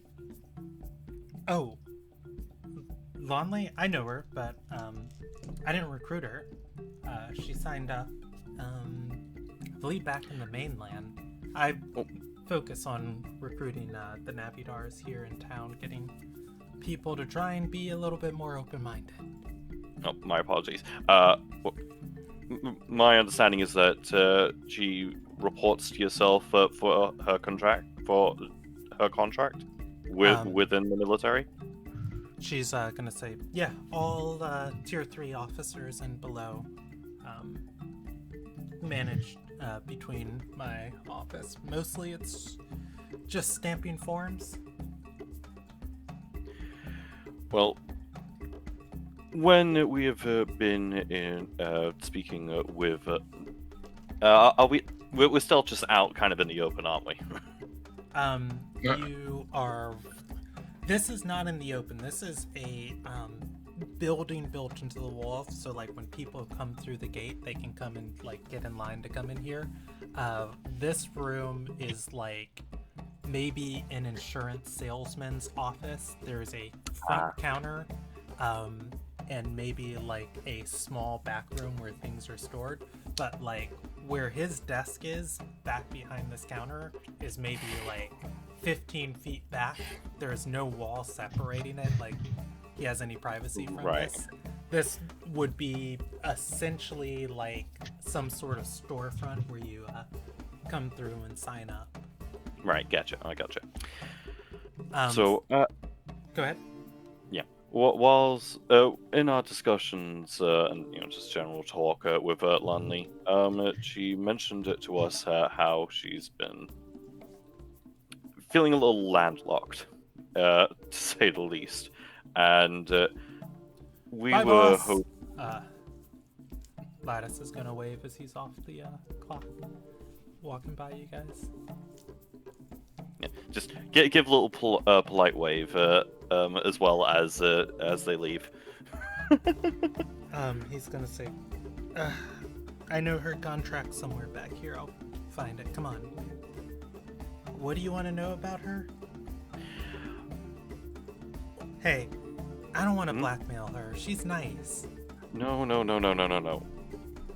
We want to give her the opportunity to go to sail the seas as she wishes, except that she has made us aware that due to the contract, she is all but locked with solid ground beneath her feet.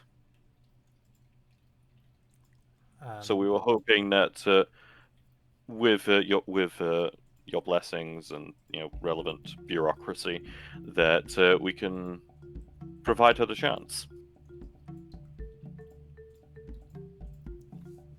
So what are you asking me to do? Can you let us see that contract for like 12 hours? Effectively,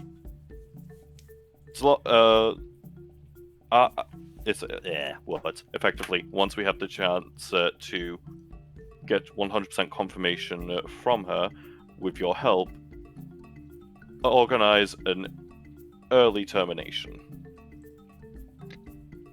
I'm gonna turn to Ware and go, wait, we haven't 100% confirmed that she's wanting to join us yet? No, we had the full conversation, but give her the last moment opportunity for her to change her mind. It's only polite. He's going to step into the back room. He leaves the door open. He says, Lonley, what is her... She's a captain, isn't she? What is she? Not... Oh, lieutenant, commander. So she's the lieutenant. He's gonna say... apprentice of Commander Veach, that's what I heard. Lieutenant Lonley, of the medic unit.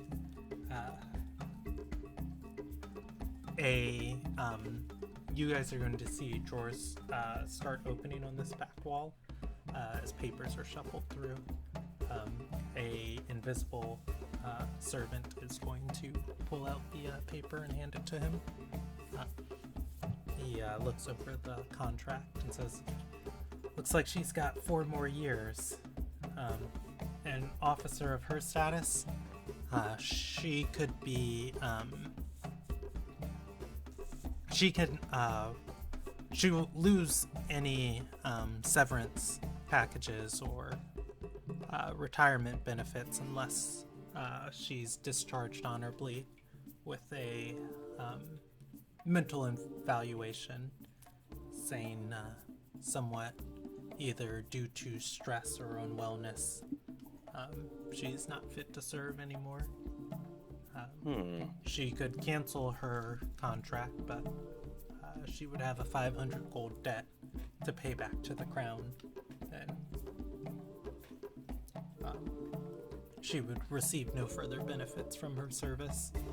Out of character, we want her to be honorably discharged.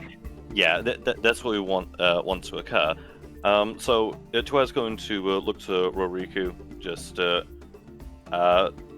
give a small shrug and look back to. Roriku's going to turn to Gokro and go, well, she did have a very horrifying experience during the raid, where she was ambushed multiple times, and she had to fight a sorcerer and a murderer, while at the same time trying to revive someone with a spell she didn't know if she could actually cast safely. I feel like that was pretty traumatic for her. Don't you agree? I feel like that's exemplary service that could cause an intense amount of stress due to how well she performed. Well, maybe we could go speak to her and recommend her for a mental evaluation. I'll tell you what. Her and her medics would be the ones in charge of doing such a thing. If you're sure she wants to go, I'll stamp this for you, and Well, on for- a added condition that we never see each other again. We never talk about breakfast at my house. Riku smiles and go, I don't even think we met the first time. Forgive me, my memory is quite rather hazy, but of course I would, before any stamping occurs, would like to speak to her just one last time. Would you We'll go let her know that she needs to mentally evaluate herself, and we'll be right back with the outcome. He'll nod and say, all right, well, I'll be running the office solo for the rest of the afternoon. Well, from the looks of things, I think you may be able to handle it.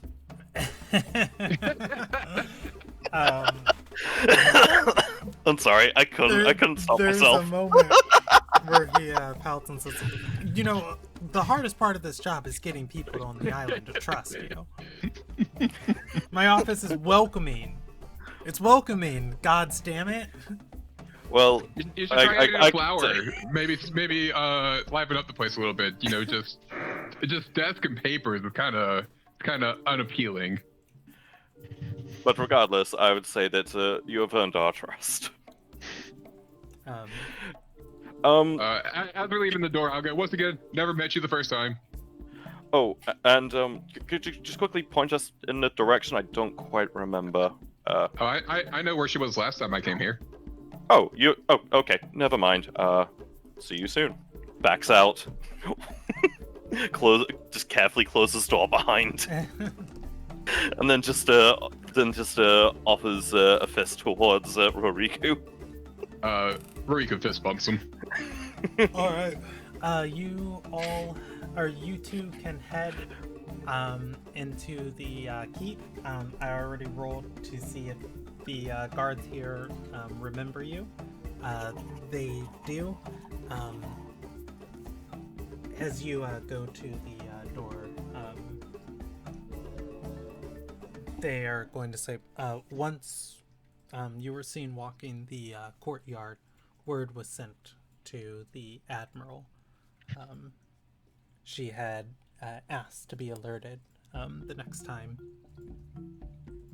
any of you or your friends come within sight Wetchard's fist. Understandable. But I can we lead don't. you to the medic's quarters. Yes, please. Yes, if you don't mind. All right. You all, or you two can both go and find. Oh, Real Loro, Wetchard's fist. Here we go. You can go to the medic's quarters. Here today, as most of the healing work is already done, Vitch is teaching a set of junior officers with Lonley aiding her in the demonstration. Should we wait for them to finish, or I Riku waves. Yeah. Commander Vitch is going to say, It seems that your performance the other night has inspired our fans. Lonley's gonna say, I'm sorry, man. She's going to shake her head and say, nonsense. Heroics are to be commended. She gestures. Lonley's going to nod. She walks off from the class as Vitch instead turns to lecturing. Lonley is going to say, breakfast was great and celebrating with you all was great, but what are you doing here? We would like to have a relatively short but private conversation, if you don't mind. She'll look back at the practice or the learning medics and say, sure, we can take one of the surgery rooms. Lead the way. She'll lead you into a small 2x3 room. It's about 15 feet by 10 feet. As you all step in here, she's going to say, I told Cal I would love to sail with you all, but I have a duty here. Well, there is a few things that we can help you out with that. If you're willing, that is. I don't like beating around the bush. We can get you honorably discharged, so you can receive your full benefits if you want to travel with us. And the paperwork can all be sorted within the next half an hour, an hour. All it would require is effectively a mental evaluation saying that the events that you went through during the night of the revolution, that being obviously going through all the crowds of people being killed, going to the temple, performing the resurrection after the very bloody combat that occurred. He kind of looks away as he says that while looking back to her. Anyways, just a psych evaluation from someone in the medical ward. Wink, wink. And roll me a persuasion voila. check. I will happily roll that persuasion check with my with. I will assist in that roll. Okay, Thank you. Roll it with advantage. Advantage and +5. I love my life.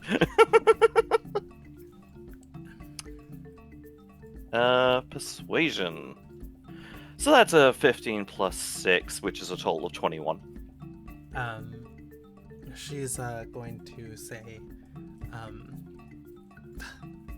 you're asking me to lie. I'm fine with everything that I saw. I mean, it changes my opinion of the soldiers here, but if anything, it makes me feel like my presence is needed here. Lonely. For one thing, you wouldn't be lying about anything. You'd just be playing things up a little. And think about it like this. You have a chance now to finally live your dream, to get out on the open oceans, away from any sort of sense of being completely landlocked, instead of having to wait 4 years to do so. And just because you're moving outside of the military, doesn't mean you still can't do good. That we are just trying to do the right thing. Roll me another persuasion In our own check. name. Yeah, in our own name, by our own means.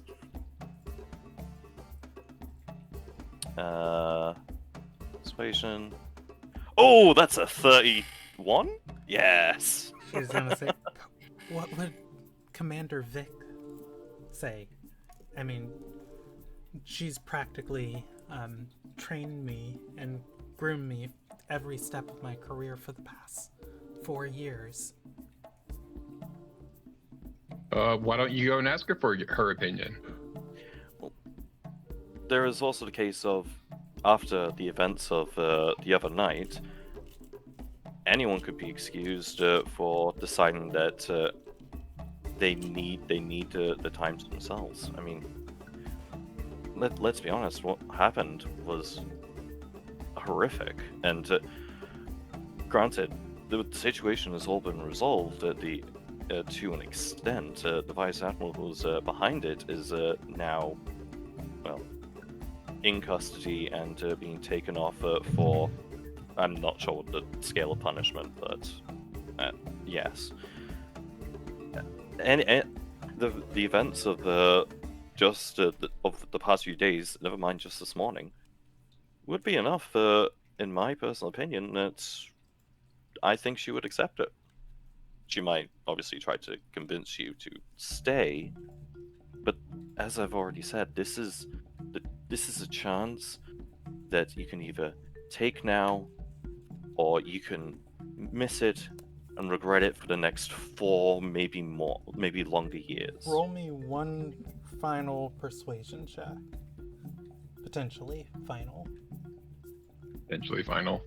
That is 24. She's gonna say, let me ask her. As she turns to go ask Vic, I just wanted to say one last thing. If it weren't for you, I wouldn't be here after that night.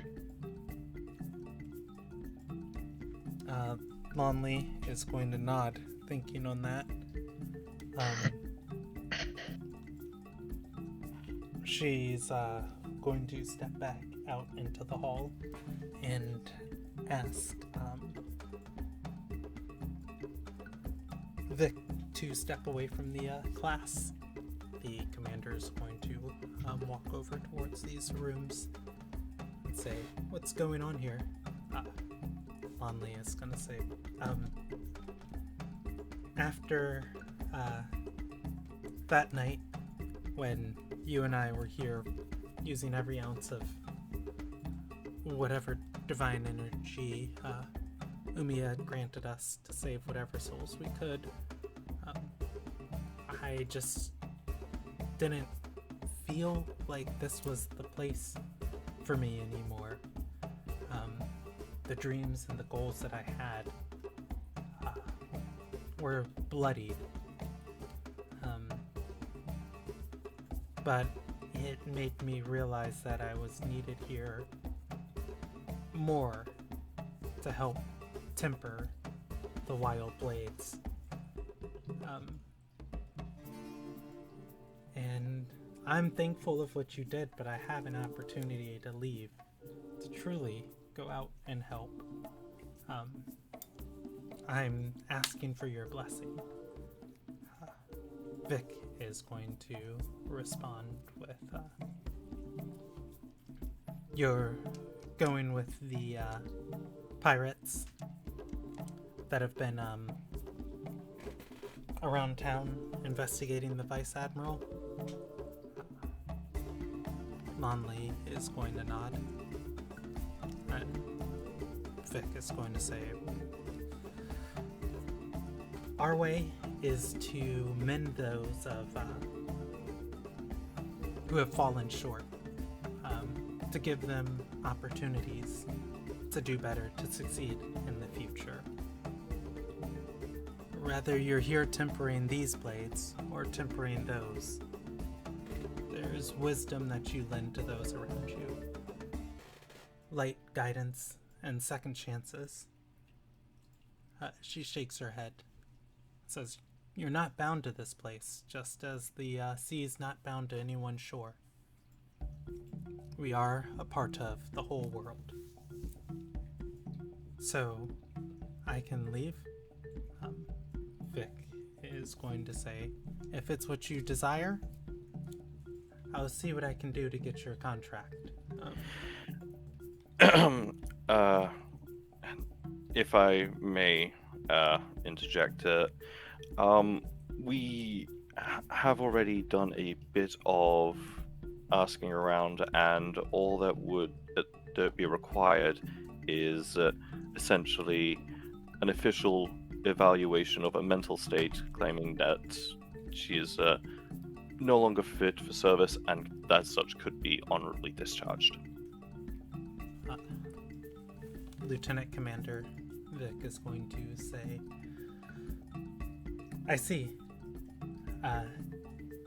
As being in charge of the medical operations of Wetchard's Fist and the danger growing in this situation, I have no choice but to say there's no room at my side for doubt.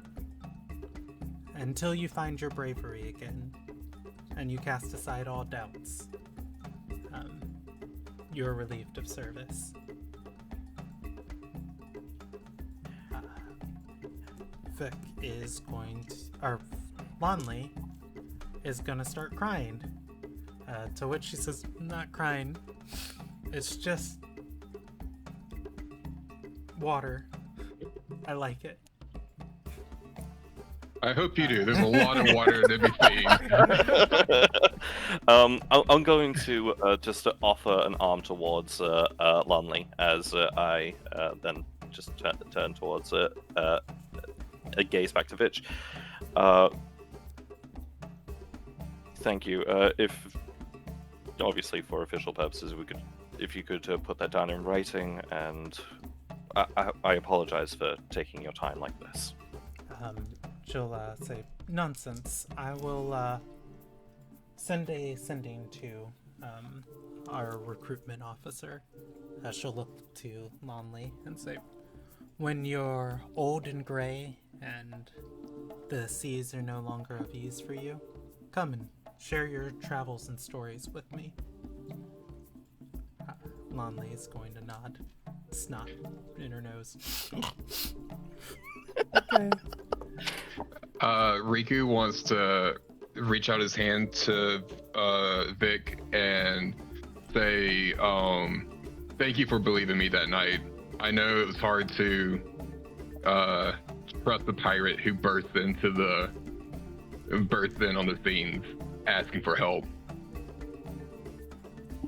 She'll take the hand, put her hand on top of it, and say, Umia's path is for all of those who draw breath in Ilderon. Soul or no soul. Violence or pacifist. We can all find unity in her waves.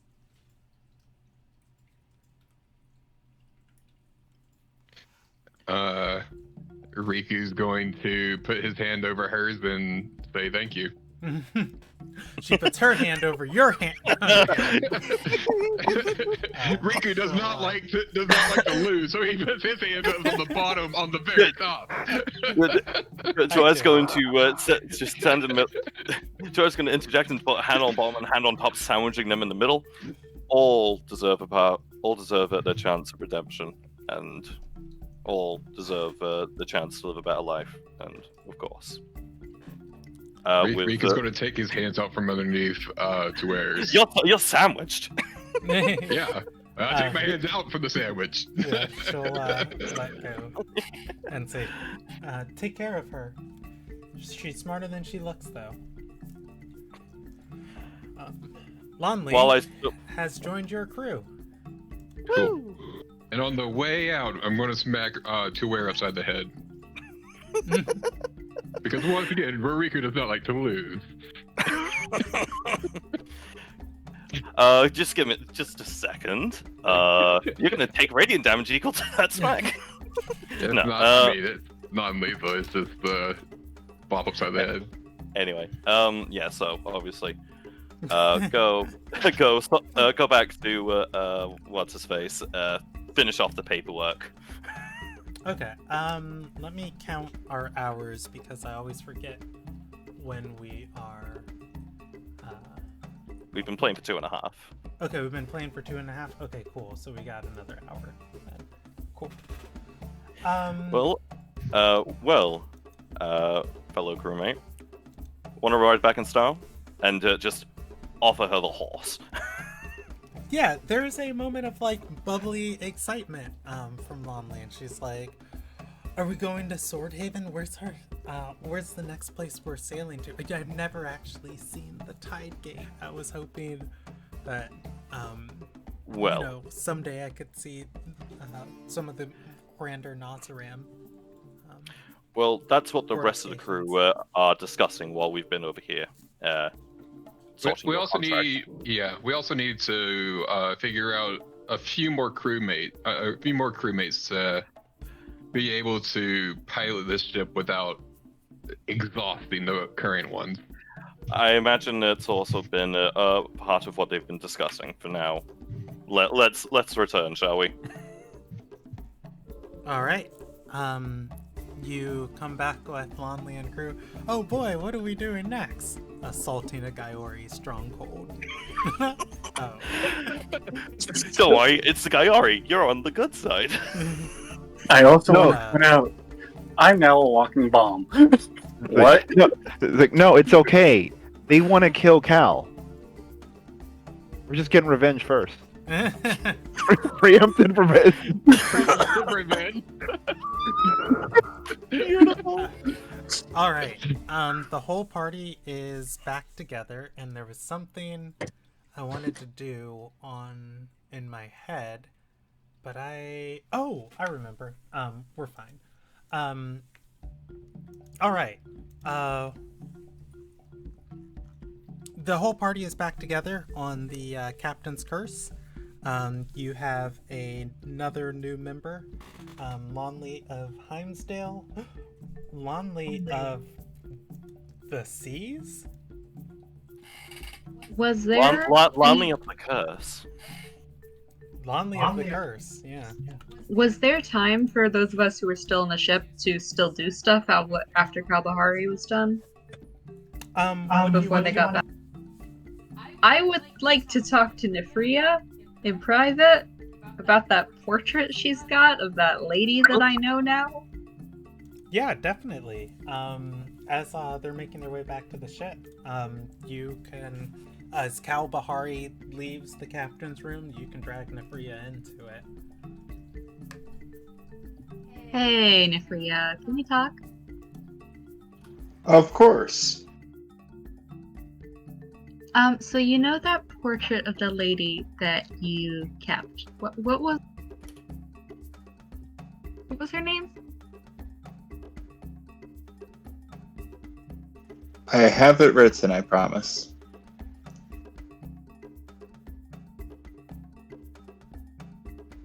It's Acadirius Kralos, the unrelenting dragoness. Yeah, yeah. She was the same woman that was from my crazy dream that said that it wasn't my time and was super scary. Yeah, so about your crazy dream, you remember when I thought that I had wild magic surge, but nothing actually happened? I think I had a crazy dream too, and I met them and some others. Oh, what did they tell you?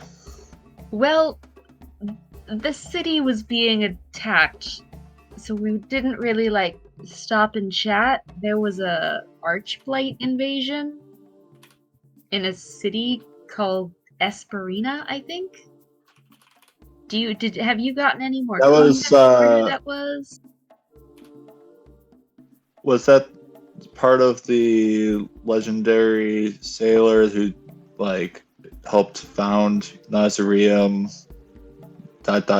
with Captain the Isaac from second Bottom shatter? Ocean? I kind of know that, but not a ton.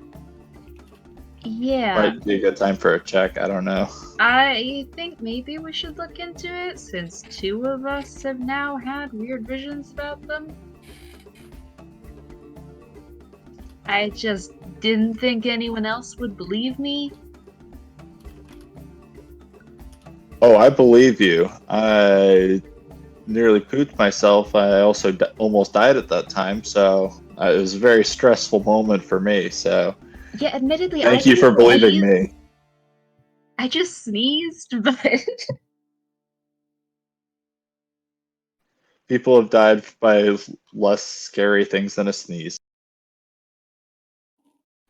But did you get any type of indication that we should be scared of them, or that there's nefarious plans involved? I didn't know if I did either. I don't remember the details. Emmy, help me, please. Okay. I can make a history check if needed. Okay. So the details of the vision or Yeah. details of Akadiris? Yeah, the vision. Okay. I won't make you roll anything for it since canonically it just happened a few hours ago. What information are you trying to recall about it? If they said anything about like warnings or context to what was going on, kind of like Nifria's vision was. Yeah. Sort of warning. The Archblight attacked the island. Oh, I'm sorry. Let me see if the rest of everyone can hear me. Can you all hear me? Yes. Cool. The Archblight attacked the island. I would say it's a DC 11 check to know what the Archblight is. History? Yes, for Nefria. So the Archblight attacked the island. The Archblight is a near ancient faction of powerful Terrai. Terrai eat magic, and eating magic unfortunately makes them go insane. The Archblight is all about pushing that insanity, feeding magic to Terrai to make terrifying arcane monstrosities of undead people. They attack the island, and you work together with a unit of people to help save the island. Other things that you are aware of, the people you are working with knew that that place and time that you were fighting in was only temporary, and it wasn't going to be around forever, whatever that meant. You also know you were in the body of a person named Eileen. And I think I gave you access to her character sheet. Yeah, I'm gonna just relay the gist of that to Nifria. Okay. No current warnings, but warnings about the past, I guess? Well, that sounds kind of like mine, because the city was on fire, and it did not seem like she was having fun at all whatsoever. I wonder if maybe this is a warning that there could be a third one on the island, or maybe it's something that we don't have all the information for yet. We might just not have everything yet. Maybe we should be watching out for any Terrai near strong magic sources. Yeah, that might be something to keep an eye out for. And Actually, do you I think we wonder should if tell those- do you think we should tell the crew about this at all, or just keep it between us two for now? I mean, so far it's just weird visions of the past ? Maybe I think keep to past. ourselves, at least from the new people. Our core members, yeah, I think we can tell them, and if they hear or have any weird dreams to come to us. Alright, I'll let the other Marai know. You let,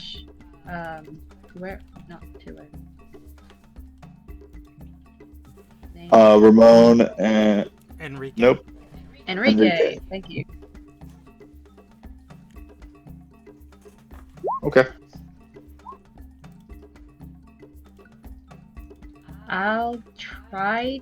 Actually, should I be trying not to wild magic surge, or should I try to wild magic surge so it happens again? Let's keep let's control the variables as much as possible. Let's not intentionally wild surge for now. Ina will give a little salute. Alright, got it. But if it happens as an accident, I won't get mad at you and reach up to pat you on the head a little. Yeah, I don't know that I could stop myself from sneezing. I guess I could stay away from Pepper and stuff. Well, if it happens, it happens. Let's maybe not intentionally shove Pepper up our nose, though. Dang, there go my plans for the evening. Alright.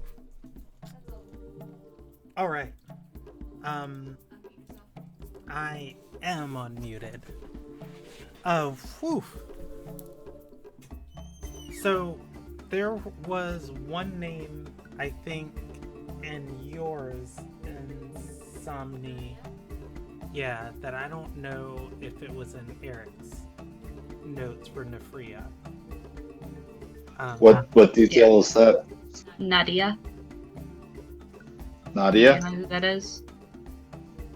Yeah. Is she a legendary sailor? She is not. I can give you a description of her if that sparks any memories. Sure. I don't think she was in your vision. Oh, actually, she was, but she never gave. She never said anything. She was there because there were. Yeah, she never gave her name. Insomni, I don't think I described her to you. I think I gave you her name, so I will give both of you the description if Ina wants to share it. It was a lady clad partially in armor. The rest of her armor that she wasn't she wasn't wearing was floating around her with partial pieces of her body animated in water, wearing the armor where it should be, so just like a foot off from her leg, her leg guards were floating. Layer of insulation of water in between the armor and the body. No, almost think of it like half ghost or specters kind of floating around her, wearing this armor. And like where her pauldron or shoulder guard would be, there is just a partial shoulder, a foot off, floating around her, wearing the pauldron. She commanded or used a sword that seemed to command all of these items as you fought against the undead. You did get her name. It was Nadia. I don't think you got her title.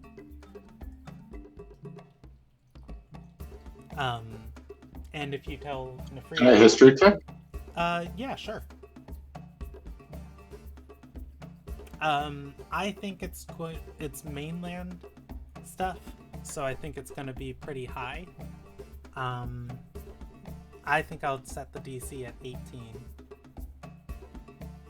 Can I also history check? I think I did earlier. Sure. I am not good at that. Mainline stuff. Heimsdale's got 1,000 heroes. These people are always fighting someone, doing something, and this is Sir blah blah blah of the Battle of blah blah blah who did, and it's like, okay, we get it. You saved the world a couple hundred times. Who cares? Or not who cares, but it's hard to remember all of them.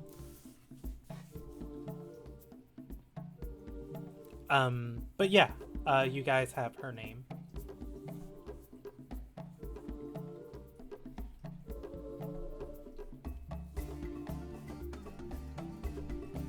Not exactly sure how to use this information, but excellent. Next time we meet a smart person, I'll ask about them, I guess. I like that. Alright, so do you want to do anything else before I regroup the whole party? I'm good. Okay, everybody is back together. So, Tuara and Lanley are going to arrive first. I'm going to quickly post this here. I'll just post that into this chat, and I'll also post it into the Roll20. Essentially, as soon as we set off, Tuara is just going. Tuara is going to flip off Roriku and just and there we go. It just Leave him leaves behind. me in the dust. Hey, don't forget Roriku is a monk who can dash. Yeah, If you want but to find the key, yeah. even then, like, it won't be enough to keep up, and I don't have that many key points. He has, 5 key points at this current point in time, so... Still, it's only like a minute and a half difference, minute but yeah. and a half, that's so long. I get it. Yeah, it's 17 rounds! I did the math! Tuir, and Monley, when Monley gets to the boat, she is going to have her... Gonna ride straight up the ramp and stop in the middle of the deck. Kalpahari! Huh? He will go up. You hear the sound of Kalpahari going up the ship. He was at the bottom of the ship. Yeah, we'll get off. We'll help Lanley down from the horse. Okay. Oh! Back already. You do, she's going to say, yes, with a pretty generous severance package. People are going to start coming up from the bows of the ship. Bonley is going to put down her bag, and she'll start handing out pouches of gold, and she'll say, so if I'm gonna be crew here, this should cover all the, as she is doing it, Feivu's gonna stop her and say, no, we pay you for being on the ship. Oh, well, just keep those then. By the time she finishes, everyone can add 1 loot point to your sheet. Yay! Out of character. I mean, Welcome do you to the mind ship. adding that? Do you mind adding that 1 loot point to my character sheet? Okay. Cal is going to give her a hug. It is great to see you again. Tuara is just going to sort of lean slightly to see Ina. I can't remember. Is it Rodrigo or Enrico that is the brother? It is Rodrigo. Yeah, it's like, yeah. Just so you know, he should be. Slowpoke should be around. Well, couple seconds. Did you abandon my brother in the city? When Roriku runs in at that point, out of breath and really pissed off. Seeing him coming up, I'm just gonna go to Tuer and just smack him. Hey, he smacked me first. You left my brother in the city alone? No, I was keeping an eye on him. When we're actively, potentially being hunted by Gaiori, I'm gonna smack him again. Yeah, we weren't privileged to that knowledge. Wait. Oh, by the way, we might be being hunted by the Gaiori. I'm gonna return a light smack to the just to her shoulder. Just Specifically, it's not all of us getting hunted. It's just me. Oh, so nothing's changed then? No, but I got more information. Okay. While y'all are talking, I'm gonna drag Roriku to a chair and get him some water. That's fine. He's only been running a minute. Summary. Okay. We know. Explaining basically A, the condition, and B, the contingency, and B, the fact that the ship thing, or not the ship thing, the port, base attack, wherever. E is not functioning mentally right now. That's fine. We heard everything out of character. Yeah, no. In character, Cal is going to explain that. Hopefully that's the last time I repeat that. Keeping respect. I don't think any of us are going to tell people off the boat. So. Right, so. Looks to Lonley. Well, there's your answer to your earlier question. So, a Gaiori prison fortress. No, we need more crew. Specifically, we need our boat to be able to actually handle going below water and above. We heard about some ship engineer.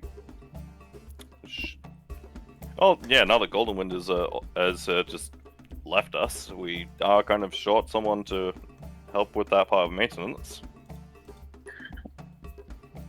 You heard about a ship engineer? Where? Trying to remember that. Do you want me to pull up the crew doc for you?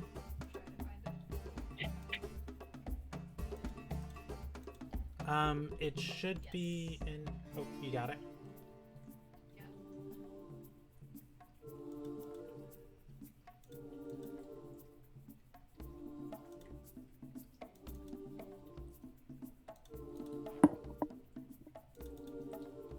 I believe... Right. It was someone in the Gloomgate was paying Barca Bezos for shipwreck stuff because they like build weird things out of it. Okay. Are we about to go find Goldenwind's brother? The other brother? Goldenwind doesn't have siblings. They're a cat. We don't know how many siblings they have. No, he said they died. Well, not sibling, but like, I think Oh. family. Right. I forgot that part. Oh, I don't think Girl's there for that conversation. Anyways, Yes, anyways. the ship engineer, you said in the Gloomgate? That's where I heard. I don't really know. Do we want to, I was going to basically time check. What time of day is it right now? It is the afternoon, heading into the evening. We have done quite a bit of in and out of town all today. This morning we started you're off with looking the... towards sunset. I Let's doubt. rest and celebrate our new crew tonight. Worry about more tomorrow. Celebrating feels like a good idea. Chip in. Besides, and say we need to get Lonley all... No, you're not muted. We heard you. Oh, I'm not. Yeah. Okay. Sorry, I didn't realize I just started No worries. speaking. Yeah. Lonley will chime in and say, "Oh, I've heard of old man Chalky. He's She is gonna then and say, wanted to work on some of the Wetched Fist ships, but none of the commanders would let him. His ideas are out there, not really practical." That's exactly what we need. Considering we need to both go, apparently take this boat under and vastly over the water. But anyway, let's. I agree with previous plan of just chill out for tonight, get bearings, obviously get you settled in. Worry about unless he's more amenable to being persuaded at the middle of the night. She's going to say, I've never spoken to him, just heard stories of some of the people I worked with.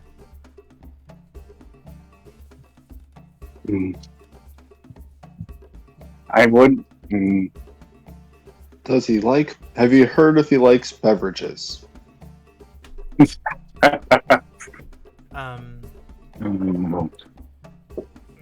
She's gonna say, well, some Barco Bezos sing in the sands at night.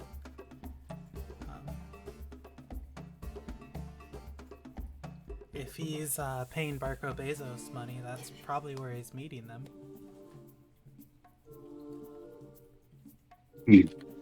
The Freya kind of looks around the room.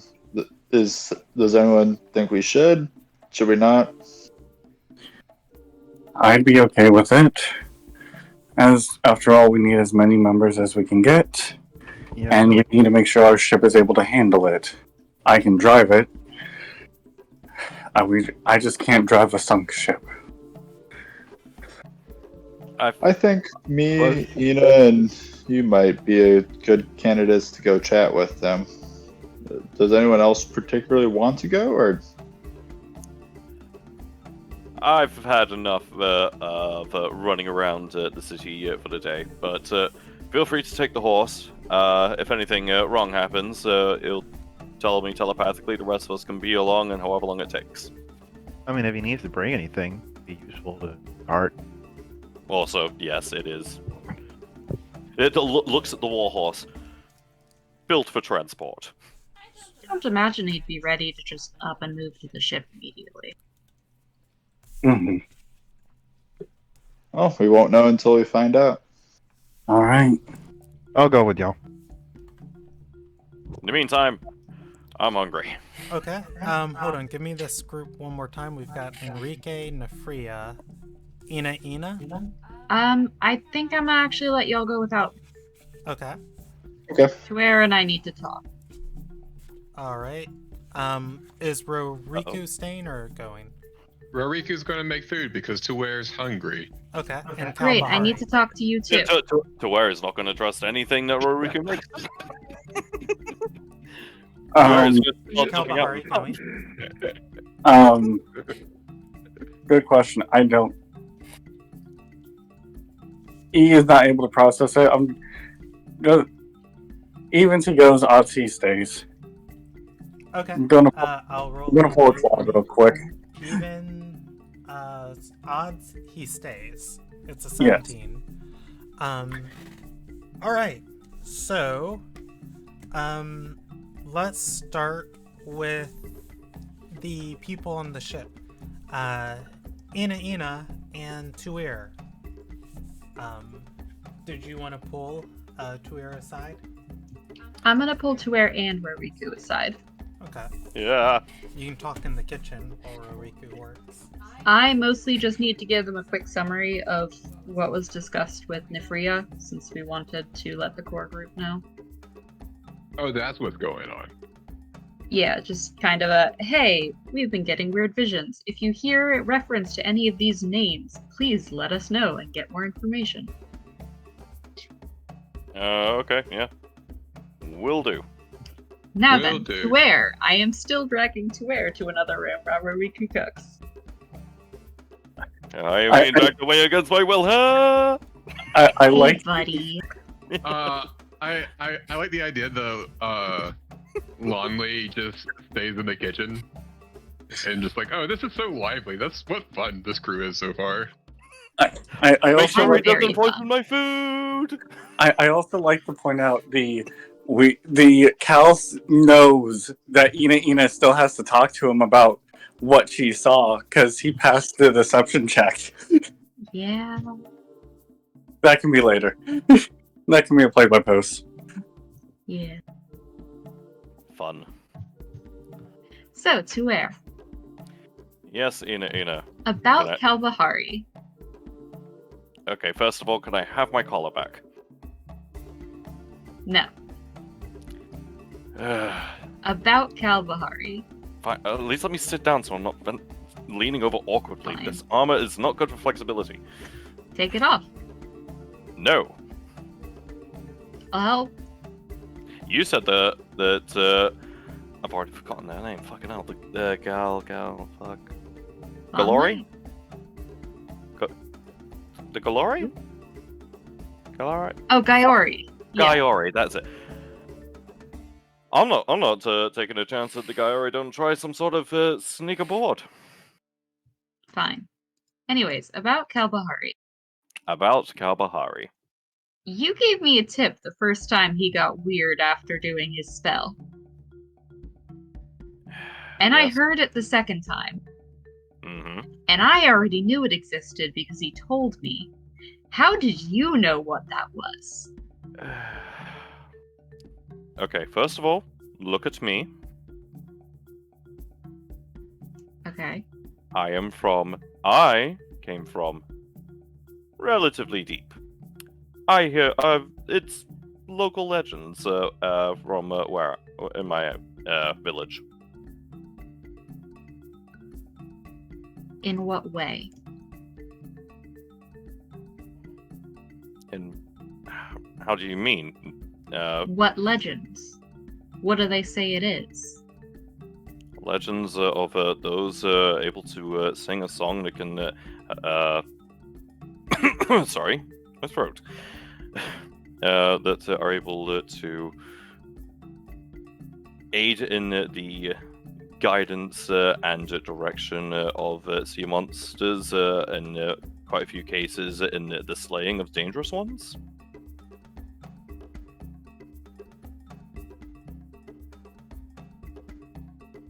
Kind of known as like sort of elusive traveling loners, but also kind of pseudo heroes, like acting. I suppose what the surface equivalent would be like a guardian angel esque. Has Cal told you anything about it? I didn't pry. His business, not mine.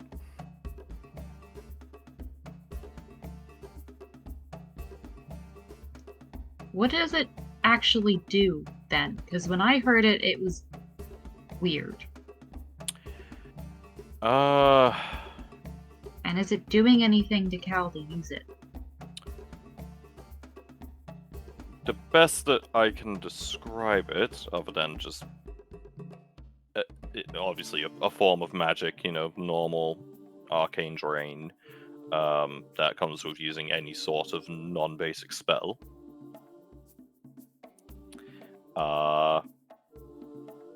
Beyond that, I felt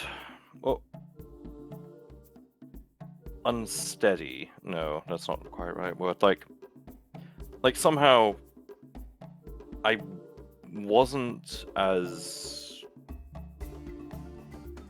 tough and as durable. That's the word. Yeah, as if I wasn't as durable, but at the same time, I felt my senses were quite sharp. But that was only for a few seconds before I then interrupted him and made him aware of the fact that I was awake. He used it on the ship? Yes, the first time. Remember when we got back to port after going to the princess's manor? You all went off to go do something. I honestly don't remember. We were Cal and I stayed behind to rest. Yeah, I was I don't know, maybe a minute or two. Like I was really getting into the sleep, and he started singing, and that woke me up. Is he good at singing?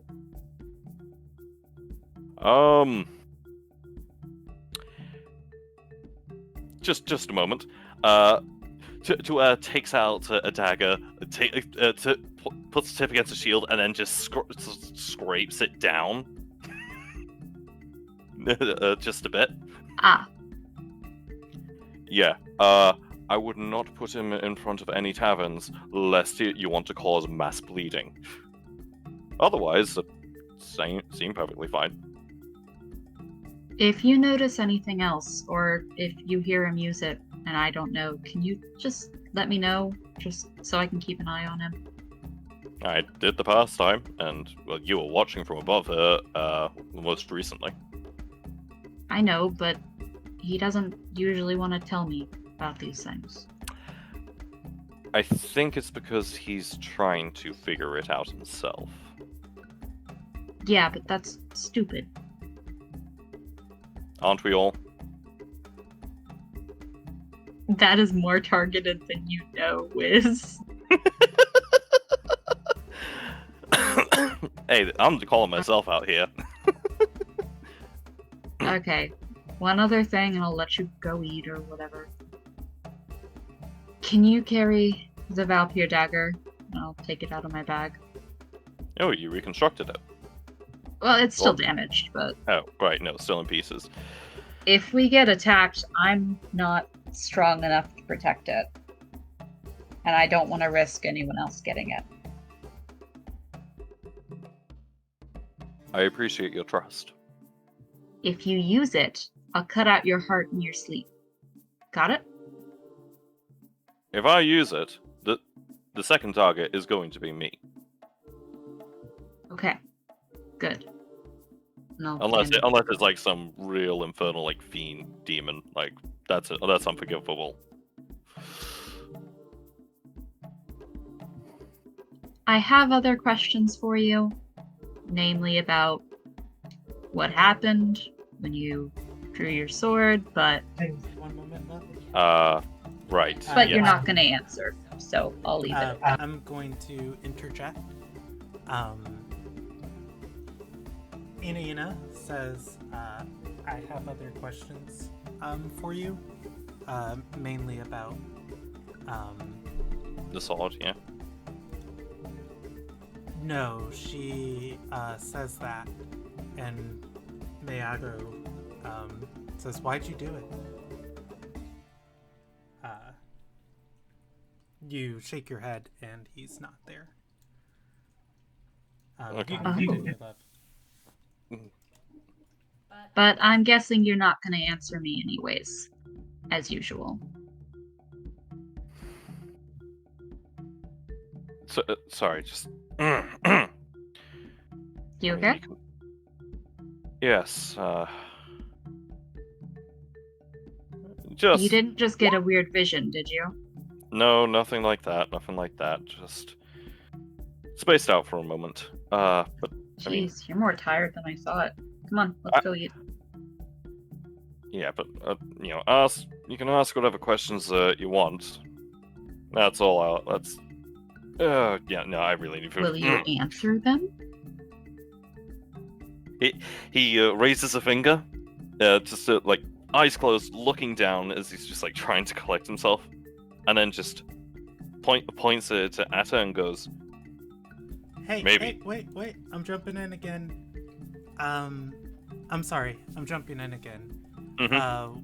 You open your eyes, and you are not on the captain's curse anymore.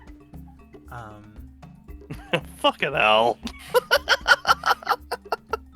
You are in a body that is unfamiliar to you.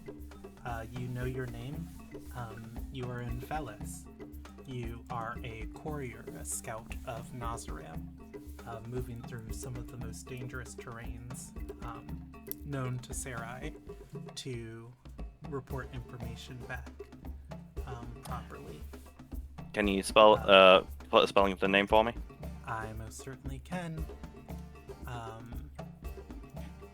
I will have more information on this sheet in the future. Cool. As you are running across the southern reaches of the island,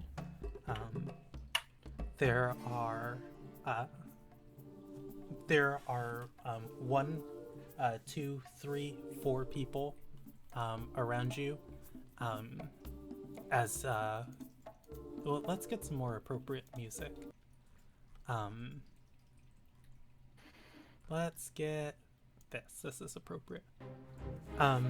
As you are running, there are 4 people around you, each one giving chase.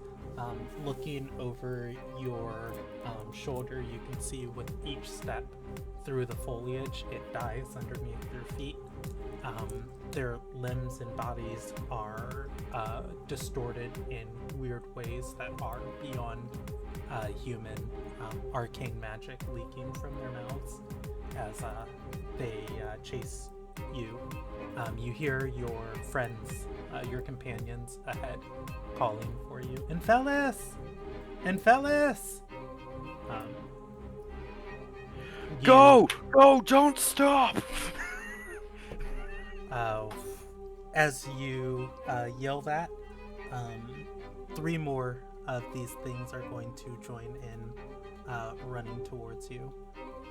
You hear your companions say, "We can't lose her, not again!" As they burst through the tree line. You can see they are ready to fight these things. In a moment, they have a front for you to get behind. As you dash towards them, one is going to grab your leg. A woman with floating armor following her movements is going to come charging forward with a sword and cut off its hand. 2 more are going to leap towards you. They step in and they form ranks around you. In probably 5 or so minutes, they have this area secured. Finally, they kneel down and say, "Ha! In one echo, we finally saved her." They look at your leg where it grabbed you. The wound is just as rotted as the plants that these things stepped over. It is spreading up your leg. Cut it off, cut it off, cut it off now. I'm ready. And just... The woman is, the first woman, you see a Nazarene pendant on her jacket. She is going to raise her sword and bring it down on your leg. Tuir, you are back on the ship. Your leg is still attached. Tuir was like halfway through standing up when the vision hit, and he immediately just, "Oh fuck!" and just collapses. I'm gonna do my best to catch you and almost certainly get crushed under your armor. Oh, my face. Okay. Yeah, just patting his leg, just to check you stuff okay? on the shin. No wound, no wound. What? Are you alright? It just casually just moves the hand from under his face. It hasn't got on off the floor. Just lifts hand slightly, and then just turns it into a thumb, and then just slowly points the thumb down. It was my Not alright, turn. not alright. Okay. It was my turn. Ugh, fuck. Wait, you got a vision. Yep, that second one definitely was. Okay,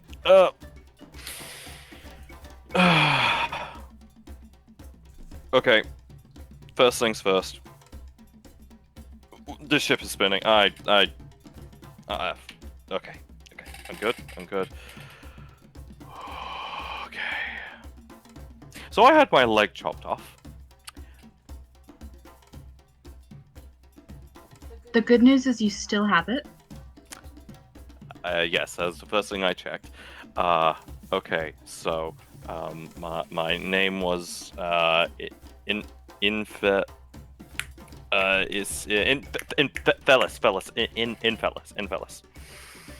I was some sort of scout. I was in a quarry. You know where the where the princess's mansion is? That end of the island. I was running through there. Came out the forest.